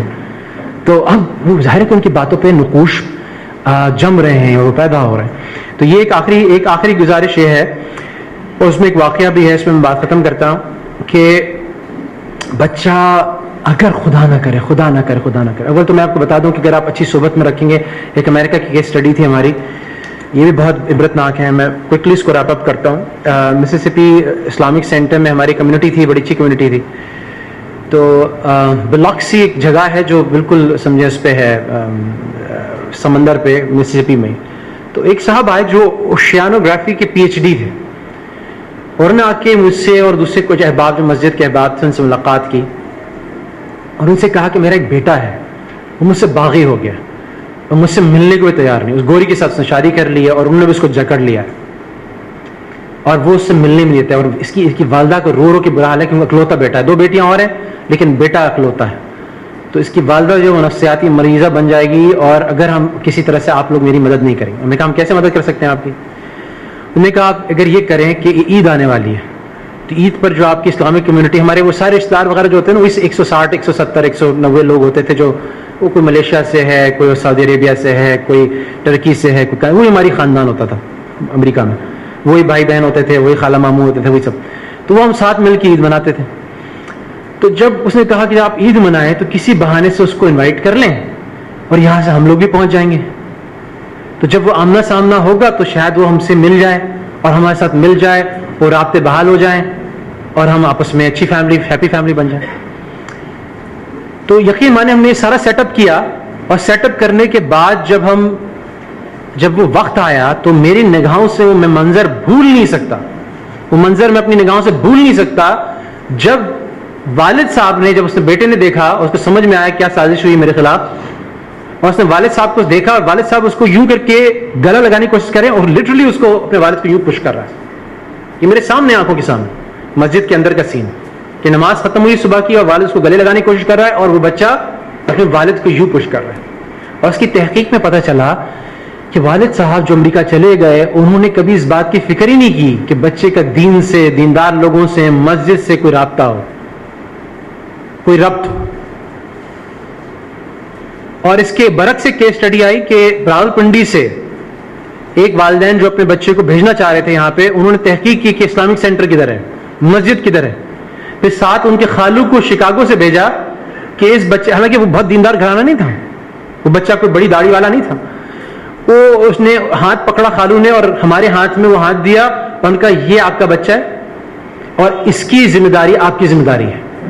اور وہ بچہ ایسا تھا کہ مجھے یاد ہے کہ میں نے بہت کم، میں نے ایسا ہوا ہے کہ 10 کے 10 روزے جو ذی الحجہ کے ہوتے ہیں، وہ شروع کے 9 روزے جو ہوتے ہیں وہ رکھے ہوں، لیکن وہ بچہ اس پہ اتنے اثرات ہوئے کہ وہ بچہ جو دین سے نمازی بھی نہیں پڑھتا تھا، جو بچہ مسجد کے ساتھ جڑا، مسجد کے ماحول میں جڑا، مسجد کے احباب کے ساتھ جڑا، اسلامک کمیونٹی کے ساتھ جڑا، وہی اس کا خاندان بنا. تو اس نے پہلے سال ہی امریکہ میں جب 3-4 مہینے بعد جب یہ ذی الحجہ آیا تو اس نے سارے ہمارے ساتھ کھانے پکاتا تھا، روزے رکھتا تھا، اور ابھی تک اس سے وہ تعلق ہے، پوچھتا ہے، بات کرتا ہے. وہ دیندار، وہ بچہ ہے، اس کے دماغ، اس کے مزاج میں دینداری آ گئی، نمازی بن گیا، سب کچھ ہو.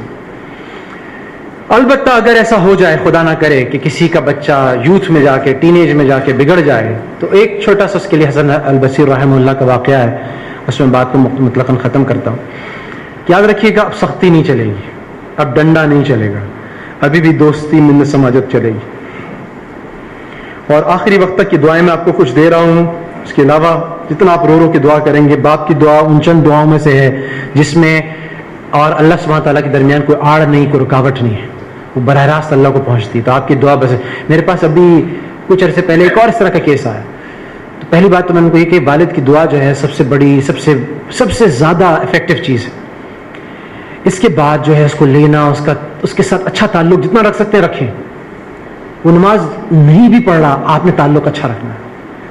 آپ نے اس کو عاق نہیں کرنا، آپ نے اس کو سزا کے طور پہ گھر بدر نہیں کرنا، کیونکہ امید پہ دنیا قائم ہے. آپ کو نہیں پتا اس کا خاتمہ کیسے ہوتا ہے. آپ کو آخر وقت تک لگے رہنا ہے، آپ کو اپنی بات کرتے رہنا ہے حکمت بصیرت کے ساتھ.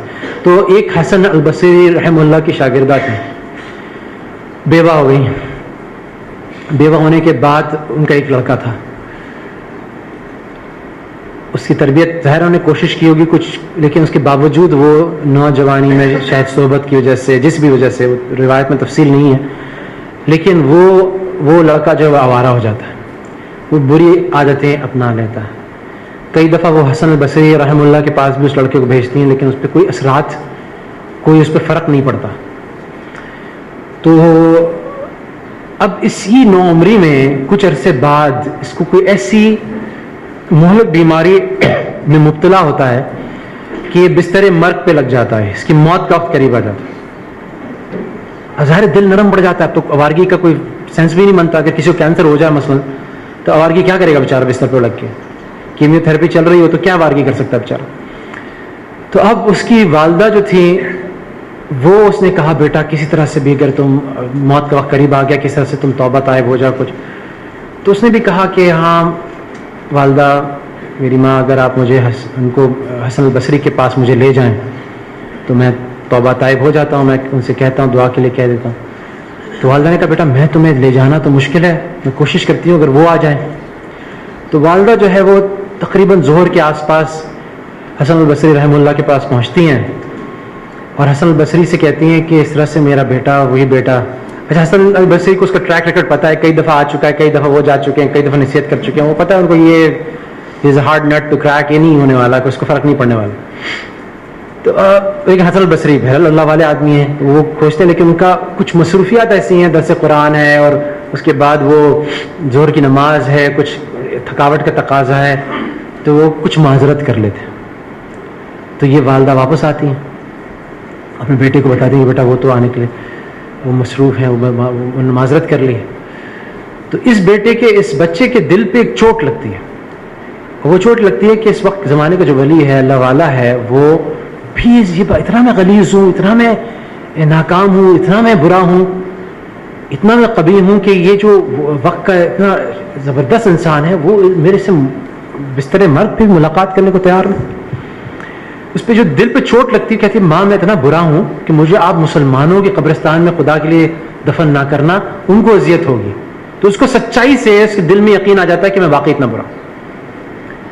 اور ساتھ ساتھ وہ یہ کہتا ہے کہ میری لاش جب میں مر جاؤں نا تو اس پہ آپ دوپٹہ ڈالیے گا، اپنا رسی ڈالیے گا اور اس کو ایسے گھسیٹیے گا جیسے جانوروں کو گھسیٹتے ہیں، تاکہ میری جو ایک اہانت ہے، جو توہین ہے، وہ ایک جس کا میں مستحق ہوں اس کو مجھے مل جائے اس دنیا میں.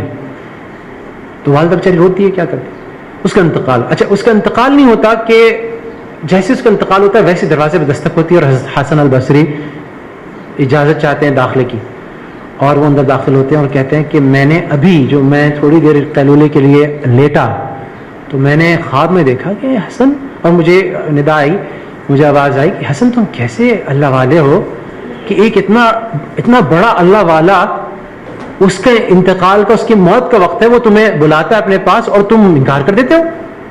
تو ابھی حسن البصری کو حیرت ہوتی ہے کہ یہ کیسے اللہ والا ہو گیا, اور وہ آ کے اس سے ملتے ہیں اور آ کے وہ کرتے ہیں. تو کیا پتا جو ہم نے ساری زندگی محنت کی, جن آداب کو اس کو اٹھانے, اگر اس میں بگاڑ بھی آ گیا, اس بچے میں بگاڑ بھی آ گیا, تو کیا پتا اس کو یہ احساس جو ابھی لیٹنٹ ہے, ابھی سویا ہوا ہے, ڈورمنٹ ہے, یہ جاگ جائے.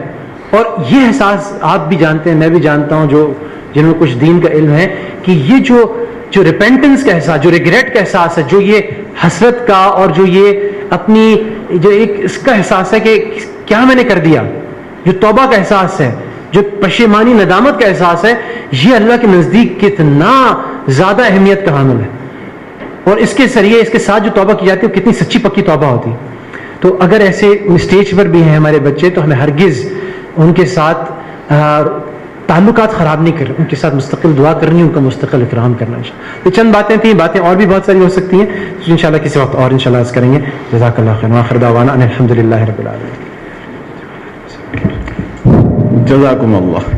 کچھ ضروری اعلانات ہیں, وہ سن لیجئے گا. سب سے پہلے تو ڈاکٹر صاحب یہ بتائیں کہ اسی موضوع کی اگلی نشست ہوگی, کیونکہ حضرات جو ہے اور خواتین سے بھی جو ایک التماس آئی ہے کہ اس حوالے سے جو ہے زیادہ گفتگو ہو, تاکہ ہمیں جو اس کے پروس اینڈ کونس ہیں تربیت اولاد کے, وہ اور اچھے طریقے سے پتہ چل سکے. تو آپ کیا چاہیں گے, کس طریقے سے چاہیں گے, کیا یہ ہمارا موضوع آج کور ہو چکا یا ابھی مزید اس میں جو بات کرنے کی ضرورت ہے؟ بات تو بہت ساری کی جا سکتی ہے, اس پہ ایک نشست ہو سکتی ہے, 1 مہینے 2 مہینے بعد ہم اس کو, یہ تو مستقل موضوع ہے, اس میں کچھ باتوں کا تکرار بھی ہو جائے تو میں سمجھتا ہوں وہ بھی یاد دہانی کے لیے ضروری ہے. تو یہ وہ بات, میں تو اس بات کو جو میں نے سمجھا ہے, تھوڑا سا دین پڑھا ہے, تو مجھے جو نچوڑ نظر آتا ہے کہ محلے یہ بھی اپنی جگہ ہے, تبلیغ میں بات کہی جاتی ہے, اور میں بھی اس بات پہ پورا یقین رکھتا ہوں, جو ہم دوسروں کی اصلاح کی فکر کر رہے ہیں تو اللہ بھی ہماری بچوں کی اصلاح کے لیے ایک طرح سے وہ کرے گا. لیکن میں نے اپنے بڑے تبلیغی بڑوں سے بھی یہ سنا, امریکہ میں بھی, یہاں پر بھی, کہ خود تبلیغ کرنے کا مطلب نہیں کہ اپنے بچوں کی جو تربیت ہے اس سے نظریں ہٹائیں, اس کا اہتمام اس سے زیادہ ضروری ہے جو ہم آس پاس فکر کریں. تو اگر اس پہ ایک نشست ہو سکے تو اس میں اور باتیں سامنے آ سکتی ہیں, کچھ نفسیات سے متعلق مزید باتیں, اخلاق اور آداب سے متعلق مزید باتیں سامنے, نبی کریم صلی اللہ علیہ وسلم کے طرز تدریس, طرز تربیت سے متعلق مزید باتیں سامنے آ سکتی ہیں. جو آپ نے 5 پورٹ فولیو بتائے, جی پورٹفولیو پہ اسٹریٹجی ہوگی. جی بالکل, یہ 5 چیزیں نا, اخلاقیات, ایمانیات, جسمانی صحت, یہ ساری چیزیں, تعلیم, یہ ساری چیزیں ہیں.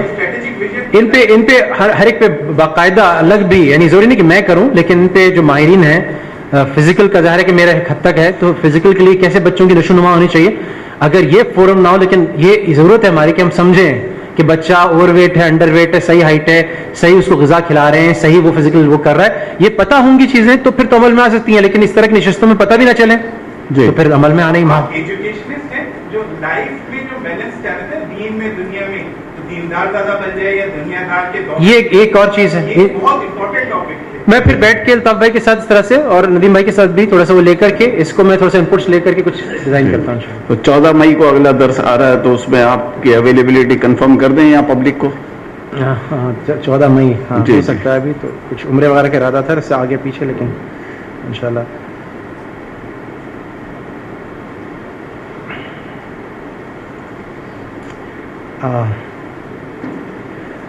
14 مئی کو کمٹمنٹ ہے.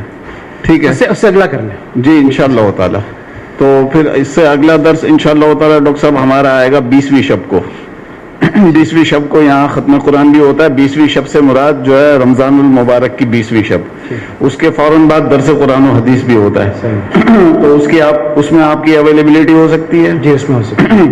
20ویں شب کو ہر مہینے ہر سال کا ہمارا معمول ہے کہ یہاں القرآن کورسز سینٹر میں تراویح کا انعقاد کیا جاتا ہے, اور اس کا ختم ہوتا ہے 20ویں شب کو. 20ویں شب کو ایک بہت بڑا درس قرآن و حدیث یہاں منعقد ہوتا ہے اس کے فوراً بعد, تراویح کے ختم کے بعد. تو تراویح کے ختم کے بعد جو ہے انشاءاللہ تعالی جو ہے ڈاکٹر صاحب ہی جو ہے وہ جو درس قرآن و حدیث ہوتا ہے وہ انشاءاللہ یہی دیں گے, اور تربیت اولاد کی نشست نمبر 2 ہوگی انشاءاللہ وہ. اور کچھ اور ضروری اعلانات ہیں وہ آپ ضرور سن لیں. سب سے پہلے تو یہ کہ ہر سال کی طرح اس سال بھی آج یعنی کہ بعد نماز عصر جامعۃ الرشید کا اینول کانووکیشن ہو رہا ہے, اور ہمیشہ جو ہے ہمارا درس قرآن ہوتا ہے اس سے پہلے 1-2 ہفتے پہلے عموماً آیا ہوا ہوتا ہے یہ کانووکیشن. تو یہاں ہم بات چلا دیتے ہیں اور ساتھ ہی دعوت نامے بھی لے جاتے ہیں, لیکن اس قسم کا کوئی موقع نہیں تھا. 1 مہینے پہلے درس آیا تھا, ہم اس میں اعلان نہیں کر سکے تھے. آج انشاءاللہ تعالی جامعۃ الرشید احسان آباد کا کانووکیشن ہے یہاں احسان آباد میں ہی. بہت سارے حضرات جانتے ہیں, ان میں سے جو آنا چاہیں وہ اپنی آنے کی کنفرمیشن مجھے دے دیں تو میں ان سے انڈرسٹینڈنگ کر سکتا ہوں, اس لیے کہ جو دعوت نامے تقریباً ختم ہو گئے ہیں تو میں وربلی وہاں جو ہے دعوت نامے کے ساتھ آنا ضروری ہوتا ہے. تو میں اس کے لیے ابھی جو آنا چاہیں اور انٹرسٹڈ ہوں تو وہ مجھے بتا دیں تو میں ان کے ساتھ ایک انڈرسٹینڈنگ کر لیتا ہوں. حضرت مفتی شیخ الاسلام حضرت مولانا مفتی محمد تقی عثمانی دامت برکاتہم اس کے مہمان خصوصی ہوں گے, اور زندگی کے مختلف شعبوں سے تعلق رکھنے والی ممتاز شخصیات اس میں شریک ہو رہی ہیں, چاہے وہ سرکاری ہوں, چاہے وہ بیوروکریٹک لیول پر ہوں, چاہے وہ تجارت کے حوالے سے ہو, چاہے وہ قانون کے پیشے سے تعلق رکھنے والے لوگ ہوں, چاہے وہ ڈیجیٹل شعبے سے تعلق رکھنے والے ہوں, چاہے وہ جو یونیورسٹیز کے اساتذہ ہوں. سارے کے سارے ممتاز حضرات جو ہے اس میں شریک ہو رہے ہیں, اور جو حضرات آتے ہیں ان کو تو پتہ ہی ہے کہ کس نوعیت کا وہ پروگرام ہوتا ہے. انشاءاللہ تعالیٰ تقریباً عصر کے بعد شروع ہوگا اور رات کے 10:30 بجے تک چلے گا. وہیں نماز وغیرہ کا بھی اہتمام ہوتا ہے, کھانے کا بھی اہتمام ہوتا ہے. تو جن حضرات کو آنے کی خواہش ہو وہ میرے سے ضرور انڈرسٹینڈنگ کر لیں, ورنہ وہاں جا کر جو ان کو سیکیورٹی میجرز کی وجہ سے جو کوئی دشواری ہو سکتی ہے. پہلا اعلان تو یہ ہوا. دوسرا اعلان جو تربیت اولاد کا ہی آپ ایک حصہ سمجھ لیں اسے, وہ ہے رمضان المبارک میں خلاصہ تفسیر. خواتین میں ہمارا سلسلہ کراچی کا سب سے بڑا سلسلہ ہوتا ہے, اور سینکڑوں ہزاروں خواتین جو ہے روزانہ کی بنیاد پر ہمارے یہ خلاصہ تفسیر میں شریک ہوتی ہیں. ہم ابھی سے ہی اس کا اہتمام اس لیے کرتے ہیں کہ جتنی دعوت چلے گی اتنے اس کے برگ و بار اور ثمرات ہوں گے. تو ترتیب یہ ہے کہ یہاں القرآن کورسز سینٹر میں یہاں انشاءاللہ تعالی وہ سلسلہ روزانہ کی بنیاد پر منعقد ہوتا ہے, اور 1 پارے کا خواتین میں خلاصہ تفسیر بیان کیا جاتا ہے. اور 29ویں روزے کو الحمدللہ پورے 30 پارے کر لیے جاتے ہیں, اور یوں پورا قرآن کریم ختم کیا جاتا ہے. صرف یہیں یہ سلسلہ نہیں ہوتا بلکہ شہر کے مختلف علاقوں میں ہم جگہ جگہ جو ہے یہ خلاصہ تفسیر کے خواتین میں یہ سلسلے منعقد کرتے ہیں. تو آپ حضرات اور خواتین سے میری گزارش ہے کہ ابھی سے اس حوالے سے محنت کرنا شروع کر دیں, اور اس کی بڑی سخت ضرورت ہے. تربیت اولاد جو ہے اس کا حوالہ بھی یہیں آتا ہے کہ ہم اپنے بچوں کو بھی اپنی بچیوں کو یہاں اس قسم کے سلسلوں میں جوڑیں, تاکہ جو ہماری جو اولادیں جو ہیں اور ہماری نوجوان نسل جو ہے وہ دین کے قریب ہے, قرآن کریم سے قریب ہے. سب سے بڑا المیہ اس دور کا یہی ہے کہ ہمارے یہاں منبر و محراب اور دیگر جو ہے پلیٹ فارمز سے جو ہے بات تو کی جاتی ہے دین کی, لیکن قرآن کریم سے قریب کرنے کی گفتگو نہیں ہوتی ہے. قرآن کریم کا لٹرلی ترجمہ و تفسیر جو ہے بہت کم جگہوں پر منعقد ہوتا ہے. اس کو ہمیں رواج دینا ہے. ابھی ہمارے پاس 1.5 مہینہ ہے تقریباً, اور اس حوالے سے ہم بھرپور محنت کریں. اور جو حضرات، میں تو یہ کہوں گا کہ جو حضرات اور خواتین اس قسم کے سلسلے اپنی اپنی جگہوں پر منعقد کر سکتے ہیں وہ منعقد کریں، بہت سخت ضرورت ہے اس کی۔ ایک اور اعلان ہے، ضروری اعلان، القرآن کورسز کے تحت خواتین کے لیے جمعرات 20 اپریل 3:30 بجے دوپہر یہاں القرآن کورسز سینٹر میں ایک درس قرآن و حدیث منعقد ہوگا، اور اس کا موضوع ہے جادو اور ٹونے ٹوٹکے کی حقیقت۔ تو تمام خواتین سے گزارش ہے کہ اس میں نہ صرف خود شریک ہوں بلکہ اپنے دیگر احباب ہیں ان کو بھی متوجہ کریں، اور مرد حضرات سے بھی گزارش ہے کہ وہ اپنی خواتین کو اس میں ضرور بھیجیں۔ آج بہت سارے نئے حضرات تشریف لائے ہیں، ان کو اگر ہمارے SMS نہیں ملتے ہیں، ہمارے جتنے بھی پروگرام منعقد ہوتے ہیں اس کے، اور جتنے بھی تربیتی کورسز وغیرہ ہوتے ہیں اس کے SMS اب نہیں ملتے ہیں تو اپنی رجسٹریشن یہاں باہر کاؤنٹر پر کر دیں، تو انشاءاللہ تعالی ہمارے جتنے بھی القرآن کورسز کے تحت جتنے بھی پروگرام ہوتے ہیں الحمدللہ بڑے نظریاتی پروگرام ہوتے ہیں، اور وہ موضوعات آپ سب حضرات اور خواتین کو پتہ ہے کہ جن موضوعات پر یہاں گفتگو کی جاتی ہے بہت ہی ہمارے معاشرے میں بہت ہی کم جگہیں ایسی ہیں جن میں اس قسم کے سلسلے ریگولرلی منعقد کیے جاتے ہوں۔ اور اب تو الحمدللہ آج جو ہم اس سلسلے کے حوالے سے یہاں بیٹھے ہوئے ہیں تو اس میں میں آپ کو یہ خوشخبری بھی دوں، بعد میں آئیں لوگ، یہ درسقرآن.com اور القرآن کورسز نیٹ ورک اس کو ابھی لائیو کور کر رہا ہے، اور پوری دنیا کے اندر یہ دیکھا بھی جا رہا ہے، سنا بھی جا رہا ہے لاکھوں نہیں تو ہزاروں حضرات اور خواتین اس وقت سن رہے ہیں، اور اب یہ جو ہے ریکارڈڈ فارم میں بھی آ جائے گا، اور اس کو یعنی کہ لوگ جو ہے مستقلاً جو ہے سننا چاہیں تو سن سکیں گے۔ نہ صرف یہ بلکہ یہ اس کی تعداد جو ہزاروں سے بڑھ کر جو لاکھوں تک پہنچ جائے گی، یعنی کہ آپ یہ سمجھ لیں کہ دنیا کا کوئی بھی آئس لینڈ ٹائپ کا بھی جو ایریا ہے نا وہاں تک جو ہمارا یہ آج کا درس قرآن و حدیث گیا ہے۔ کچھ حضرات اور خواتین نے دعاؤں کے لیے کہا ہے، بیمار ہیں کچھ حضرات اور خواتین انہوں نے اپنی روزی روزگار کے لیے کہا ہے، کسی نے اپنی اولاد کی پریشانی ہے اس کے لیے کہا ہے۔ جن جن حضرات اور خواتین نے دعاؤں کے لیے اور اپنی جائز حاجات کے لیے کہا ہے ان کے لیے ہمیں دعا کرنی ہے کہ اللہ تعالیٰ ان کی تمام جائز حاجات کو قبول فرمائے۔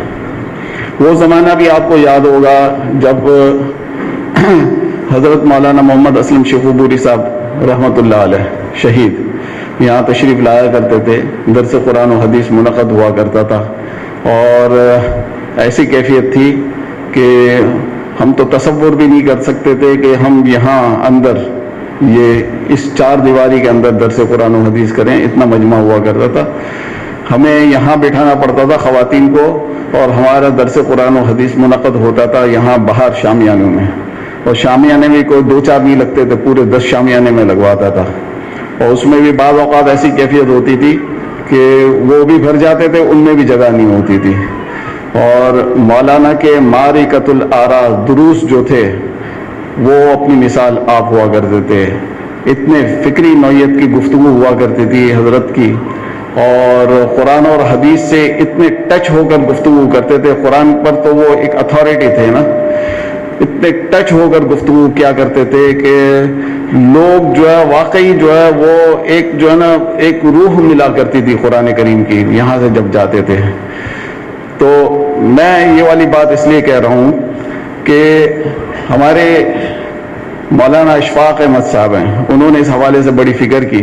مولانا کے جو دروس تھے یہاں کے ان کو انہوں نے کیسٹ سے نقل، اس زمانے میں تو کیسٹس ہوا کرتی تھی نا، اب تو ہم کیسٹس کو بھول گئے ہیں، کیسٹ سے نقل کر کے کتابی فارم میں لے کر آئے۔ انتہائی اہم موضوعات ہیں مولانا کی گفتگو، موضوعات جو ہے انتہائی اہم ہیں، اور باہر کاؤنٹر لگا ہوا ہے اس پر یہ ان کے دروس جو ہے اس کا مجموعہ جو ہے اس کا نام ہے خطبات شیخوپوری، یہ آپ کو مل جائیں گے۔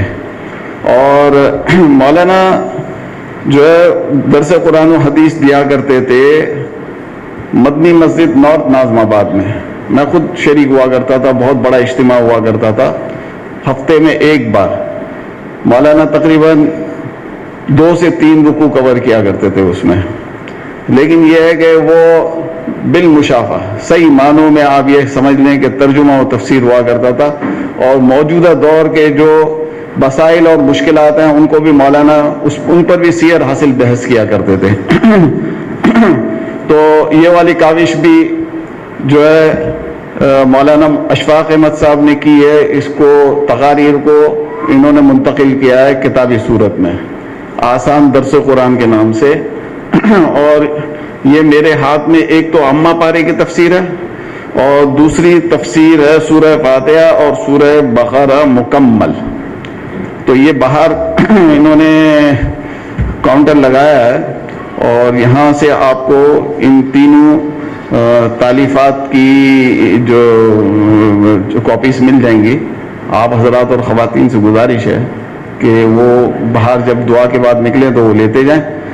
علاوہ ازیں آسان ترجمہ قرآن، رمضان المبارک قریب آ رہا ہے، آسان ترجمہ قرآن کا اسٹال شیخ الاسلام حضرت مفتی تقی عثمانی صاحب کا آسان ترجمہ قرآن ہے، رمضان المبارک قریب آ رہا ہے، انتہائی آسان لینگویج ہے، وہ ہم لیتے جائیں، ابھی سے ہی اس کو رواج دیں، ابھی سے ہی ہم لوگوں کے اندر پھیلائیں، تاکہ رمضان المبارک میں جو ہے ہمارا حفظ جان قرآن کریم کی جہاں تلاوت ہو اس کے ساتھ ترجمہ و تفسیر بھی ہو۔ جزاکم اللہ۔ میں ڈاکٹر صاحب سے گزارش کروں گا کہ دعا فرمائیں۔ یہ کچھ دعائیں ہیں، میں اس کی کاپیز بھی لایا ہوں، یہ ساری دعائیں جو حضرات لے سکیں وہ لے لیں۔ یہ دعا کے بعد لیں، ہاں دعا کے بعد یہ میں دعا بھی کوشش کروں گا اسی میں سے کراؤں آج، ان دعاؤں کے ساتھ بھی ہماری نسبت پیدا ہو جائے، تھوڑا سا ترجمہ بھی ساتھ کر دوں تاکہ اس عنوان سے ہی منسلک ہو جائیں دعائیں۔ الحمدللہ رب العالمین والصلاة والسلام علی رسولہ الکریم۔ رب هب لی من لدنک ذریۃ طیبۃ انک سمیع الدعاء۔ یا رب مجھے اپنے خاص پاس سے پاکیزہ اولاد عطا فرما، بے شک تو دعا کا سننے والا ہے۔ رب حب لی من الصالحین، یا اللہ مجھے نیکوں میں سے اولاد عطا فرما۔ رب لا تذرنی فردا وانت خیر الوارثین، خاصت ان جوڑوں کے لیے جو بھی اولاد کی خواہش رکھتے ہیں، بے اولاد ہیں، یا اللہ میرے رب مجھے اکیلا نہ چھوڑیے، آپ سب سے بہتر وارث ہیں۔ رب جعلنی مقیم الصلاۃ ومن ذریتی ربنا وتقبل دعا، یا رب مجھے بھی نماز قائم کرنے والا بنائیے، میری اولاد کو بھی، اے ہمارے رب ہماری دعا قبول کیجیے۔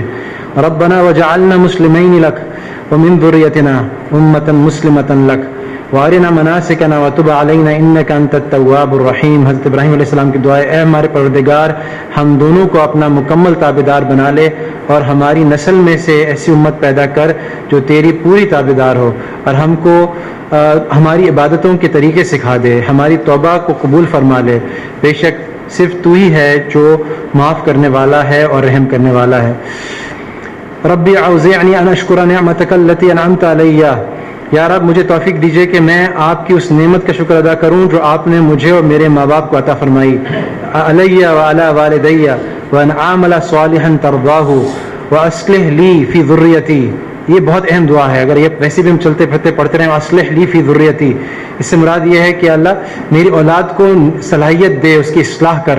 واصلح لی فی ذریتی انی تبت الیک وانی من المسلمین، یا اللہ میں توبہ کرتا ہوں تیرے ساتھ اور میں تو مسلمانوں میں سے ہی ہوں۔ اللہم انی اسألک العافیۃ فی الدنیا والآخرہ، یا اللہ میں دنیا اور آخرت کی عافیت آپ سے مانگتا ہوں۔ اللہم انی اسألک العفو والعافیۃ، یا اللہ میں عفو اور عافیت مانگتا ہوں آپ سے، فی دینی و دنیای و اہلی و مالی، اپنی دین کی، اپنی دنیا کی، اپنے گھر والوں کی، اپنے مال کی۔ اللہم انی اعوذ بک من مال یکون علی فتنۃ، ایسے مال سے اللہ میں آپ کی پناہ مانگتا ہوں جو میرے لیے فتنہ ہو۔ ومن ولد یکون علی وبالا، ایسے بیٹے، ایسی اولاد سے، ایسے بچے سے جو میرے لیے وبال ہو۔ ومن امرأۃ السوء تقرب الشیب وقبل المشیب، اور ایسی عورت سے جو کہ مجھے بوڑھا کرنے سے پہلے مجھے بوڑھا کر دے۔ ربنا هب لنا من ازواجنا وذرياتنا قرة اعين واجعلنا للمتقين اماما، ہمارے پروردگار ہمیں اپنے بیوی بچوں سے آنکھوں کی ٹھنڈک عطا فرما دے اور ہمیں پرہیزگاروں کا مقتدا بنا دے۔ اللہم الف بین قلوبنا واصلح ذات بیننا، یا اللہ ہمارے دلوں میں آپس میں جوڑ، الفت پیدا، محبت پیدا کر دے، ہمارے آپس کے تعلقات کو، واصلح ذات بیننا، ہمارے آپس کے تعلقات کو بہتر کر دے۔ واہدنا، یہ دیکھیں یہ نبی کریم صلی اللہ علیہ وسلم نے سنن ابی داؤد کی روایت ہے، نبی کریم صلی اللہ علیہ وسلم نے مانگی ہے، واہدنا سبل السلام، اور ہمارے لیے سلامتی کے دروازے کھول دے۔ ونجنا من الظلمات الی النور، ہمیں اندھیروں میں سے نجات دلا کے ہمیں روشنیوں کی طرف، نور کی طرف لے جا. وَجَنِّبْنَا الْفَوَاحِشَ مَا ظَهَرَ مِنْهَا وَمَا بَطَنَ، اور جتنے برائیاں ہیں، بے حیائیاں فواحش ہیں، ان سے ہمیں دور کر دے جو ظاہر ہوں چاہے باطن ہوں. وَبَارِكْ لَنَا فِي أَسْمَاعِنَا وَأَبْصَارِنَا وَقُلُوبِنَا، اور برکت دے دے ہماری دیکھنے میں، ہمارے سننے میں، ہمارے دیکھنے میں، ہمارے دلوں میں. وَأَزْوَاجِنَا وَذُرِّيَّاتِنَا، اور ہمارے ازواج میں. یہ یعنی میاں یعنی شوہروں کے لیے بھی جب عورتیں مانگیں گی تو اپلائی ہوگا، اور جب مرد مانگیں گی تو ان کی بیویوں کے لیے اپلائی ہوگا. وذریاتنا، ان بچوں کے لیے. وتب علینا انک انت التواب الرحیم، اور میں تو آپ سے توبہ ہی کرتا ہوں، میں آپ ہی کی طرف لوٹتا ہوں، بے شک آپ ہی توبہ قبول کرنے والے، رحم کرنے والے ہیں. اللہم، اب یہ استغنا کی دعا ہے، فقر سے نجات کی دعا ہے. اللہم انی اسألک غنایا وغنا مولائی، یا اللہ میں تجھ سے اپنی اولاد کے فقر سے حفاظت کا یا استغنا کا سوال کرتا ہوں. اللہم انی اسألک من صالح ما تؤتی الناس من المال والاہل والولد غیر ضال ولا مضل، اے اللہ میں تجھ سے مال، اپنے اہل و عیال اور اولاد کے معاملے میں ان ساری اچھی چیزوں کا سوال کرتا ہوں کہ تو لوگوں کو عطا کرتا ہے، نہ یا اللہ میں گمراہ ہوں، نہ کسی کو گمراہ کرنے والا بنوں. اور یہ آخری دعا ہے، حضرت انس کی دعا کا ٹکڑا ہے، حصہ ہے، یہ بھی صبح شام پڑھنا جو ہے تمام طرح کی حفاظت کا ضامن ہے.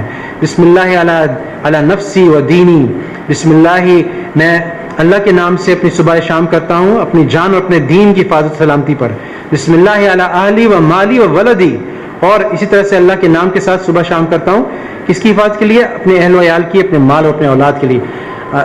یا اللہ ہماری دعاؤں کو قبول فرما دے. یا اللہ بہترین طور پہ ہمیں اپنی نسلوں کی جو ان کے حقوق ہیں بھرپور طور پہ اس کی حفاظت کرنے کی توفیق فرما دے. اللہ آج کل کے جتنے فتن ہیں، اللہ جتنی برائیاں پھیلی ہوئی ہیں، اللہ ان سب سے اللہ ہماری نسلوں کو محفوظ فرما دے. اللہ ان کو اچھا پکا یا اللہ مضبوط راسخ العلم یا اللہ راسخ العقیدہ مسلمان بنا دے. صلی اللہ تعالیٰ علی خیر خلق محمد سب اجمعین برحمتک یا رب.